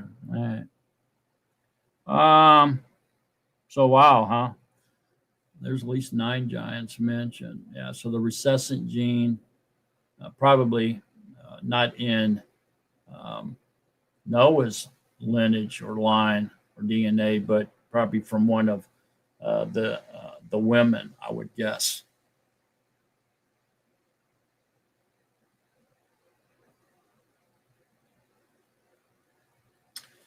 One of the 4 women passed on that recessant gene.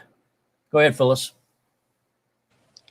What kept the fallen ones from just doing it again and recreating more? People say there are giants on the earth right now. The soldiers coming back from the Middle East when they fought the Iraqi war and Afghanistan war over there said that they saw giants over there in the mountains. What they say. They gave testimony that they saw giants. So there must be still giants on the earth. According to a lot of people have seen them. So they say. Kind of like a Bigfoot thing, though, you know. It's like if you don't see them yourself, it's hard to believe it. But I mean, these people have no reason to be lying. They said they saw them. They probably did see them, you know. I know for sure they're finding skeletons of men that have to be at least 12, 13 feet tall to fit into these skeletons they're finding in caves and in the ground as well. Chance? You know, something I was thinking on this is, you know, with the evil that is rising now, a lot of this genetic manipulation's going on. You can see like GMO foods. It's, you know, they're starting to mix certain creatures with other creatures, and they're tampering with the pure creation of Yahuwah. And this is that wickedness that, like the days of Noah, when the world became so abominable and disgusting and there was abominations everywhere. It's because man's starting to get more wicked and doing things in their own eyes, and there's good chance that they're trying to modify and maybe harvest some of this DNA from these Nephilim that are buried or whatever, and they're starting to make these genetic mutations, and very well could be hiding in the mountains, man.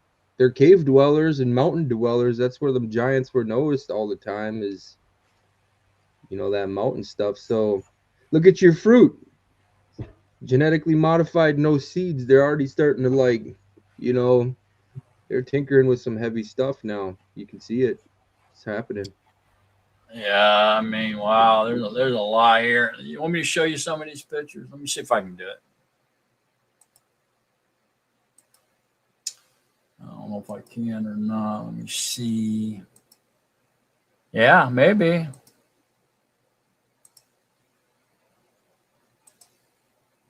There you go. All right, so here's some of them. The big skeletons here that were found. Giant human skeleton found in the U.S. Here's a bunch of them over here.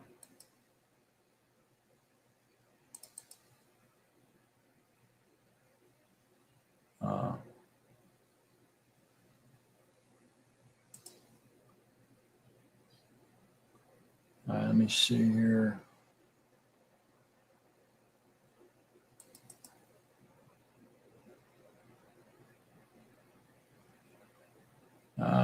Remains in Nevada. Look at these guys, how small they are. If this is real, man, I mean, geez, this is almost insane.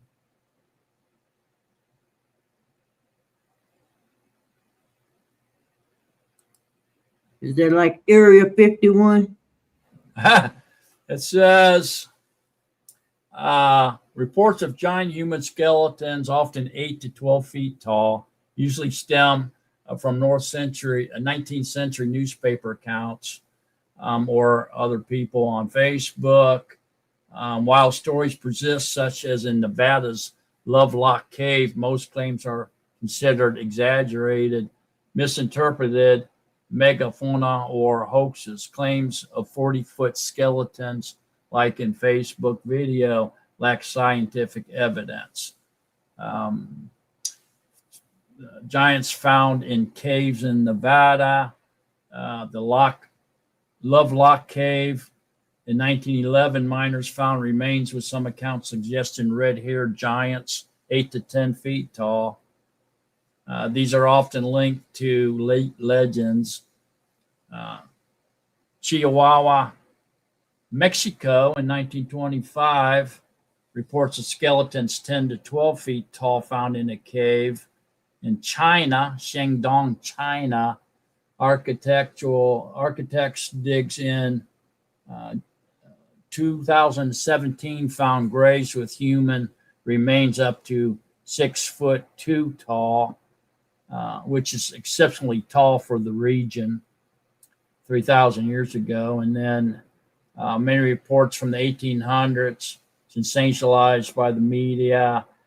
Scientific perspective, the square cube makes a 31-foot tall human, which would be biologically impossible because bones would not support that kind of weight. That's about it, man. That's all it really says.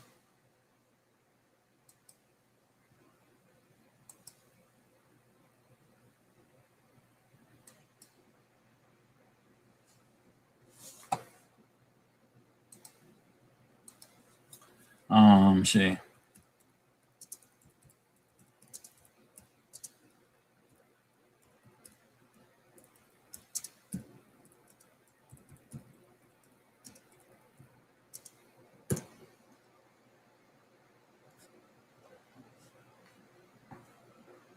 Okay, it says the Kandahar giant in Afghanistan is widely circulated internet legend alleging that U.S. Special Forces killed a 12 to 15 foot red haired giant in Afghanistan in 2002.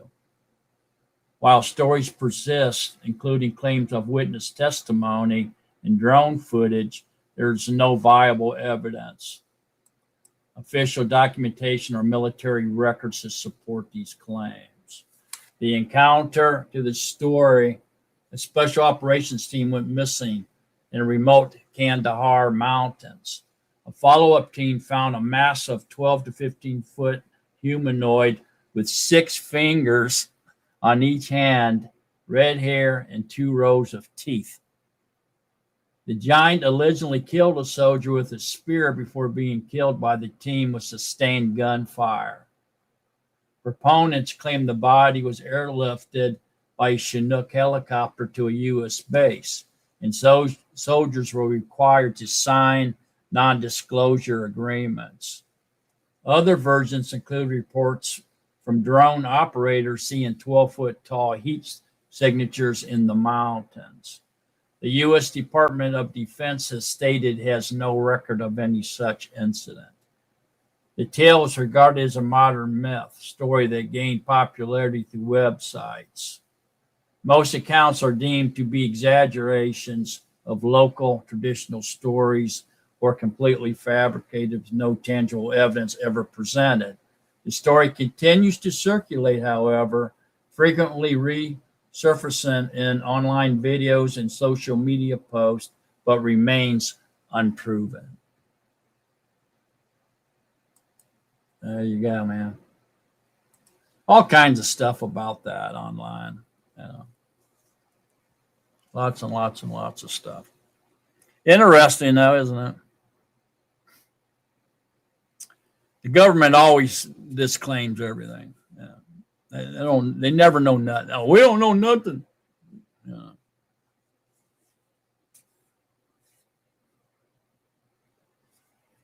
Okay.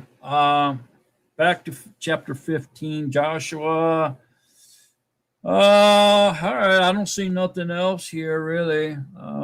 Anybody else got any thoughts, comments, or questions on this chapter 15?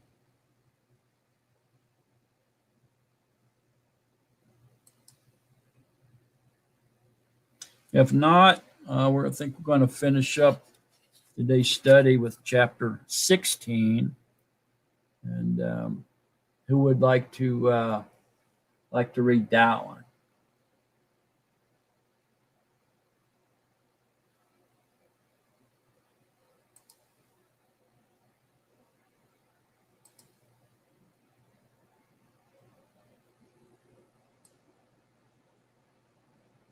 That 6-fingered giant with 6 fingers on each hand and 6 toes on each foot, man, that's weird, man. That's some weird stuff right there.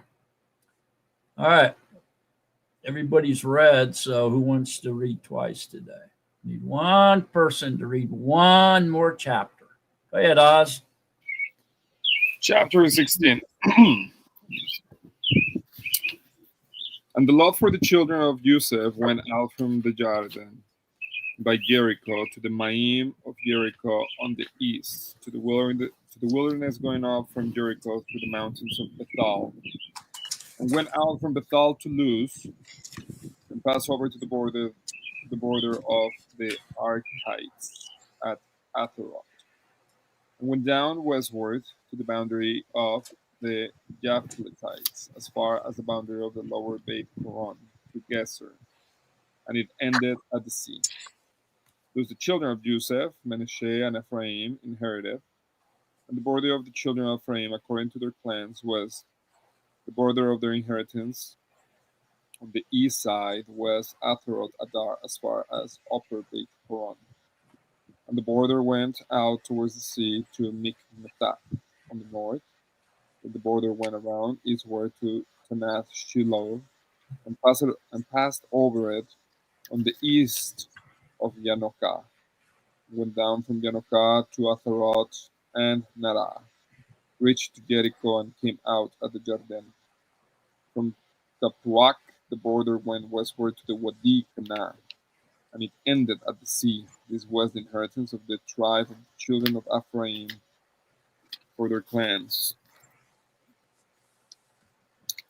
And the separate cities for the children of Ephraim were in the midst of the inheritance of the children of Manasseh, all the cities with their villages. They did not drive out the Canaanites who dwelt in Gezer. So the Canaanites dwell among the Ephraimites to this day and have become compulsory labor.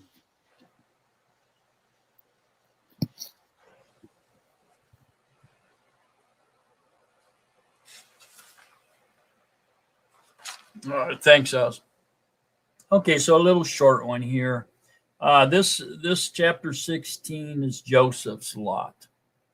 Okay, so Joseph's inheritance, which included Manasseh and Ephraim. Who were Manasseh and Ephraim? How are they connected with Joseph? Anybody know? Sandra? They're his two sons that Yaakov blessed and gave him two portions, and he gave them to be his firstborn because Rehoboam, the firstborn, had laid upon Bilhah, his father's concubine. So he blessed Yosef and Manasseh, Yosef's two sons, in lineage place. Not, he was still part of him, but he gave him that two portions. Okay, so Manasseh and Ephraim were whose kids? They were Yosef's kids, but Joseph's Yeah. kids. Yaakov claimed them as his. And he had the right to do so according to ancient Hebrew law, right? Because they were the firstborn of Joseph. And so he took them as his own, he adopted them, and so they became equal with their uncles, who were the other 11 tribes, right? And so Joseph territory increased, and he got a double portion through Manasseh and Ephraim. Okay? All right. And so this is about Joseph's inheritance. And then specifically, verse 5 through 9 here talks specifically about Ephraim's portion, the boundaries of Ephraim, 5 through 9. Okay.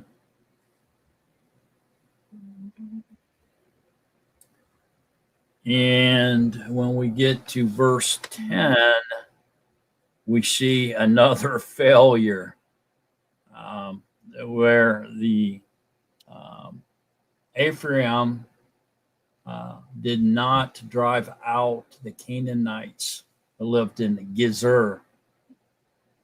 So the Canaanites remained there and dwelled among the Ephraim tribe to this day, and have become compulsory labor. What's that mean? Compulsory labor. What does that mean?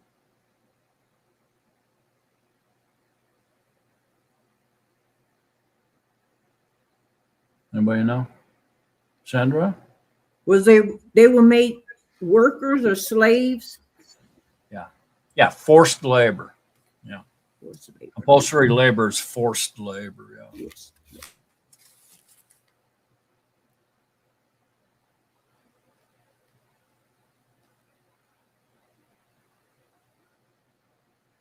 Is that what Yahuwah told them to do? Make slaves out of them people? No. No. So what are they doing? They're following their way instead of following Yahuwah's way, the way of Yahuwah. They're following their own way. No wonder they have so many problems. That's why they became thorns in their sides, I would say so. because they disobeyed.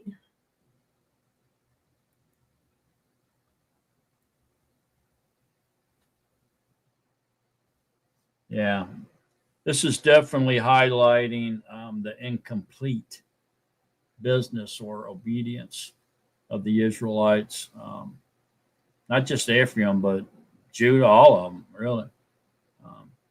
In fully clearing the land like Yahuwah commanded them to do. So no wonder they have so many problems. So what lesson can we learn from this study today? What's the big lesson here for us?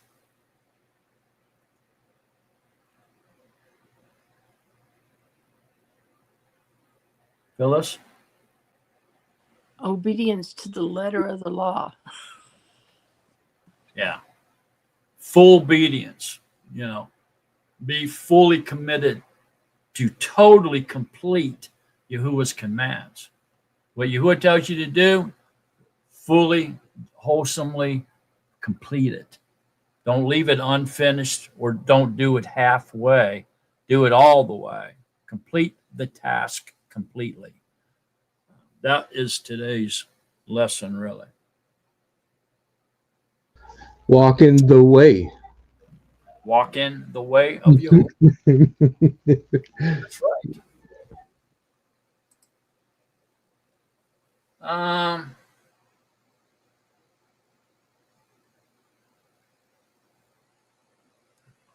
Let me see. Do I have any maps on this? Let me look and see.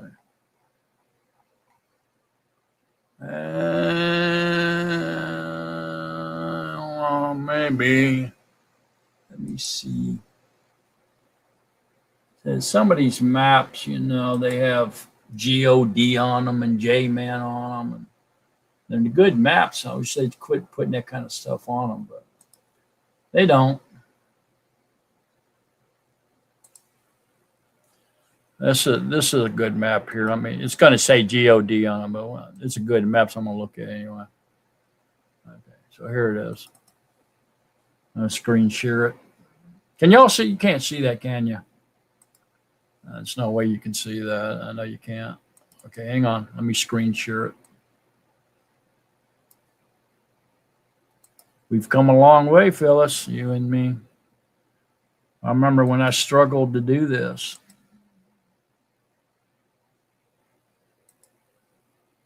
All right. So here you go.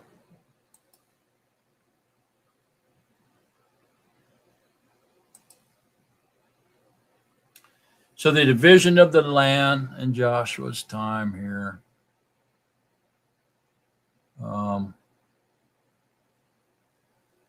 Notice Simon is way down here. He's absorbed into Judah.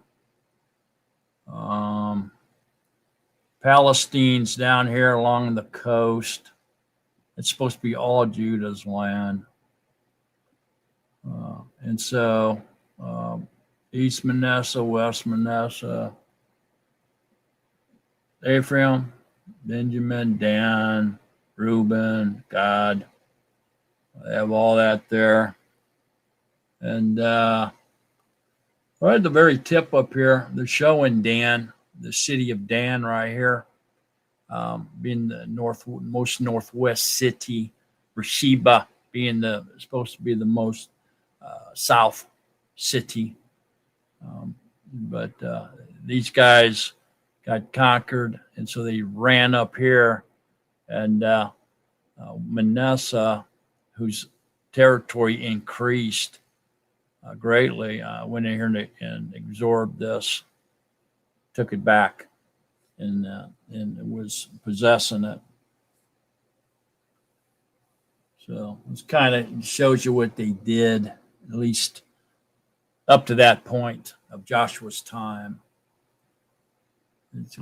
it's remained basically the same, but it did expand over time. Okay. So that right there is just about where we're at now in this time period.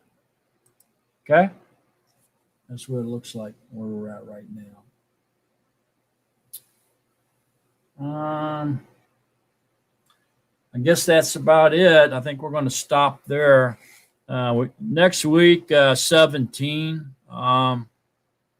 starts with the inheritance for the tribe of Manasseh, which is the other half of Joseph's lot. And then after that, it goes into 18 with the congregation, the entire congregation of the children of Israel assembling in Shiloh. Okay. And then it goes into Simon's lot and all that and everything like that. So it all continues basically the same thing. It goes. We'll probably finish Joshua next week. At least I'm guessing we will.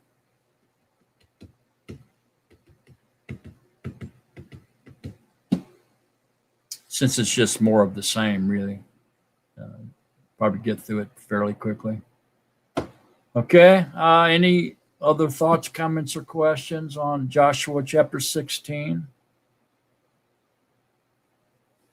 The inheritance of Joseph, basically, is what it is.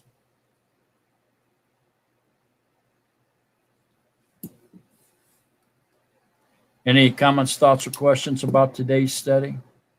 Chapter 9 through 16, anything at all that you wanted to ask and didn't get a chance to? Anybody in the chat room got any questions for us?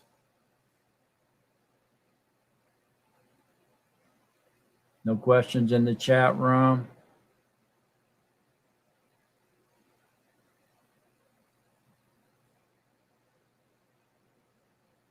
Well, I don't see any. Wait a minute. Here's one. Brad Howe. Could that be why the tribe of Dan left out in Revelations? Because they left inheritance. Yeah, I mean, we've been through that several times. Dan, they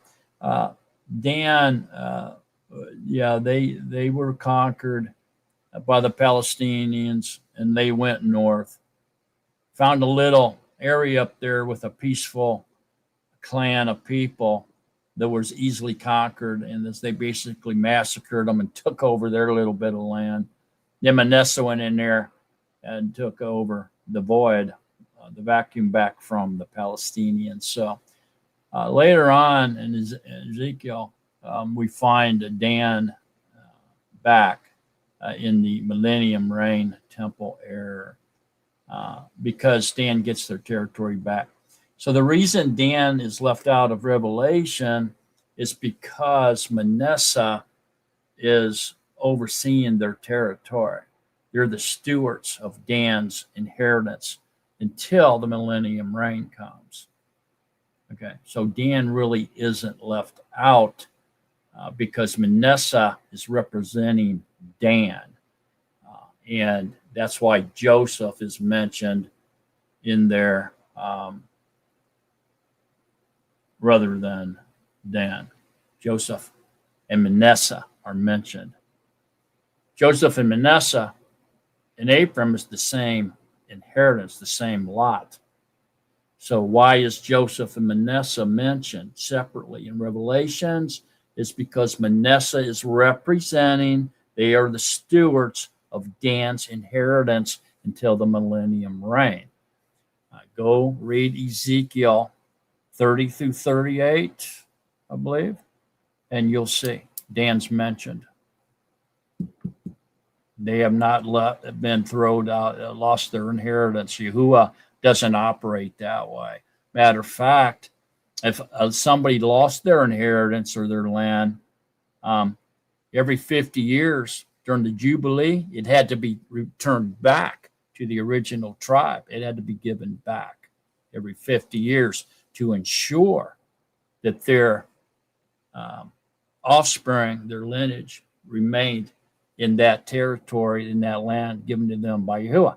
You see, the land, promised land, doesn't belong to anyone. It doesn't belong to the children of Israel. It belongs to Yahuwah. Yahuwah said, this is my land. And so he just is allowing them to stay there and work it and be the overseers of it and the stewards of his land. It doesn't belong to anyone. Why? Because they were slaves in Egypt, and he allowed them to come into his land and possess it.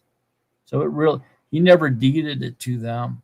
They don't own it. Yahuwah remains the deed holder of the promised land, not the Israelites. So they can't give it and take it and sell it. They're not allowed. It don't belong to them. So that's why these people nowadays that want to trade Yahuwah's land for peace is playing with fire, because they don't own that land. They have no right to it, and they're not allowed to do that.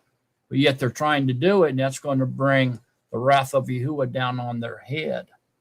They're not allowed to mess with his land. He gives it to who he wants to. Okay? I know that was quick, but we've went over that a lot of times. So, but you can find it in other segments if you search hard enough. Go ahead, Phyllis. I might have misunderstood something you said, but did you say, didn't we learn that Yahuwah promised that land to Abraham? Didn't he give that land to Abraham? To possess, not deeded, to possess.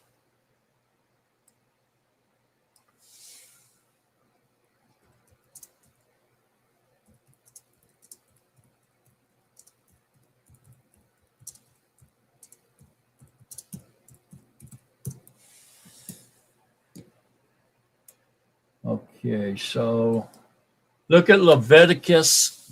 Go to Leviticus 25. We talked about this before when we were studying Leviticus, I remember. But anyway, let's go to it. Leviticus 25, 23.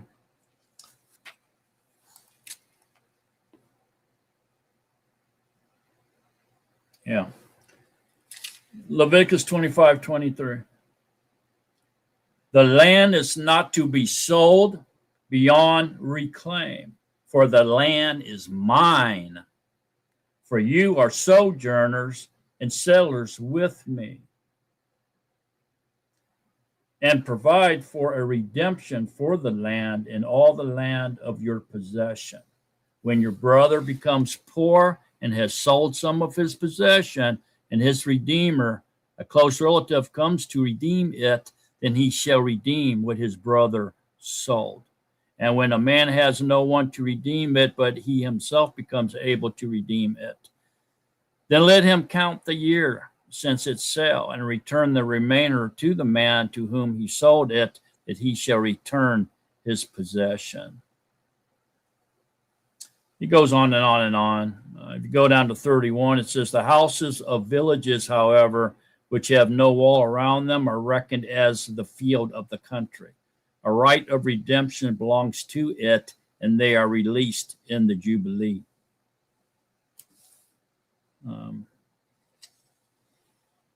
It goes on and on and on, but read that whole chapter, Leviticus 25. It should become clear then. It's Yahuwah's land, because they were sojourners. They were slaves in Egypt. That's why he didn't give them the land. He allowed them to possess the land. That means live on it, basically, and take care of it, kind of like sharecropping almost, you know. So Yahuwah remains to be the deed holder, but they work the land sort of like a sharecropper type thing. And then they have to bring their first fruits, the best of the land, and give it back to Yahuwah as rent. So it's kind of like sharecropping, isn't it? It's very powerful, really. Okay. Anybody else? thoughts, comments, or questions on today's study? I don't see any other questions in the chat room. Do y'all?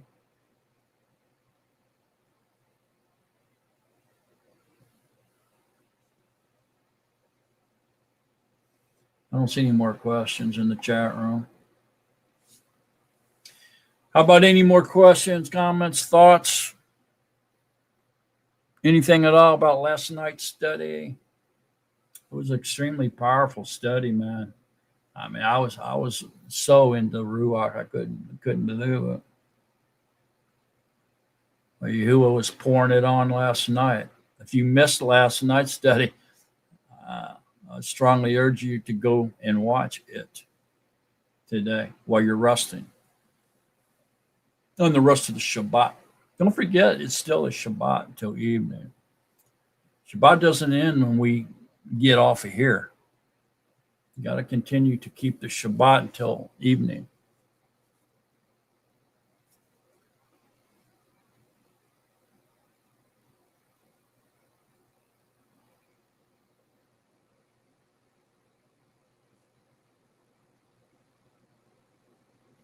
I guess if we want to get down to the nitty gritty and technical, really, the bottom line is everything belongs to Yahuwah, even us. Yeah, everything.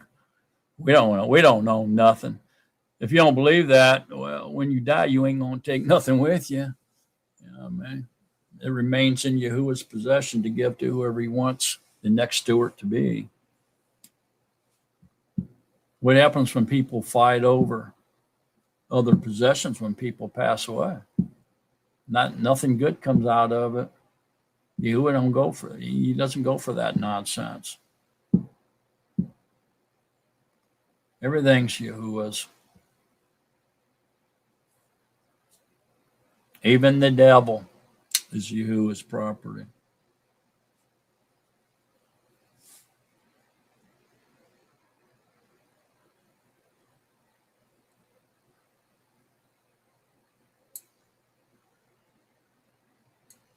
Yeah.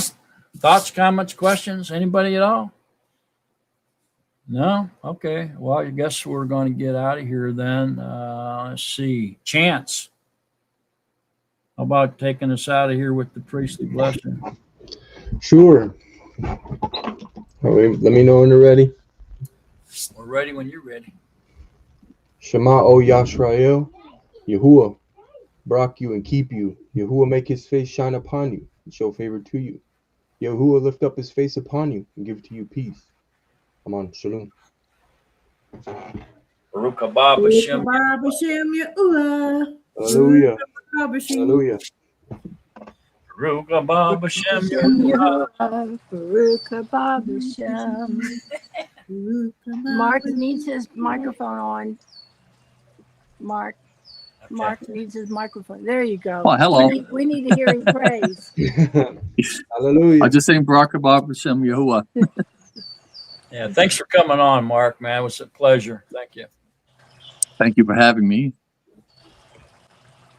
And Brother Mark, I guess we'll be doing this, Yahuwah willing, as long as we're here. I'll try to get back on more frequently. I hope you do. Actually, next month I should be down in Tennessee near your neck of the woods, Phyllis. Oh, well, that's more June and Joe's neck of the woods. That's where they live. Oh, June and Joe. Okay. Thought you were in Tennessee. We're right above them. Kentucky? Yeah. Okay. Where are you going, Tennessee to? I got some friends down in Knoxville. Oh, okay. Well, that's good. That's good country. That's close to June and Joe, really. That's not too far. Yeah. I live up here in Vermont, so. Oh, wow. Vermont, huh? Oh, Closer to Oz and Talitha.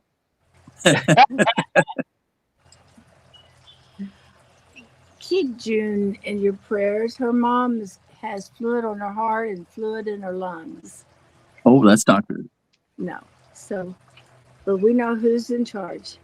Mm-hmm.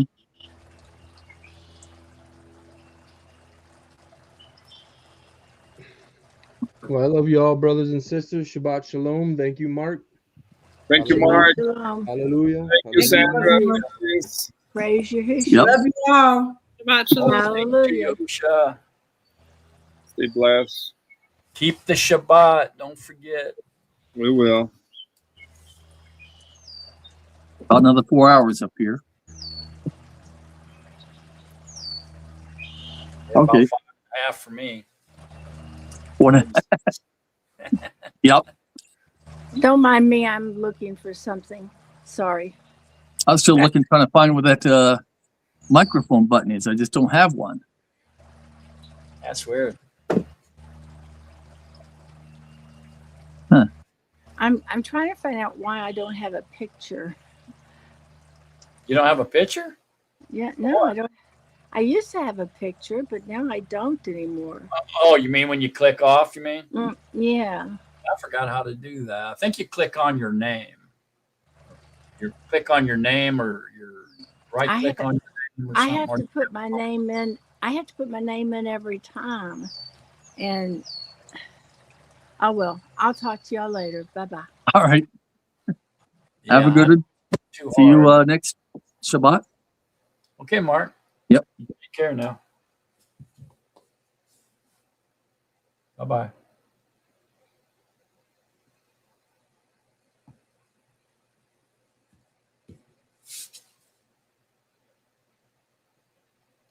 So long, Natsarim. Love W. So long, folks.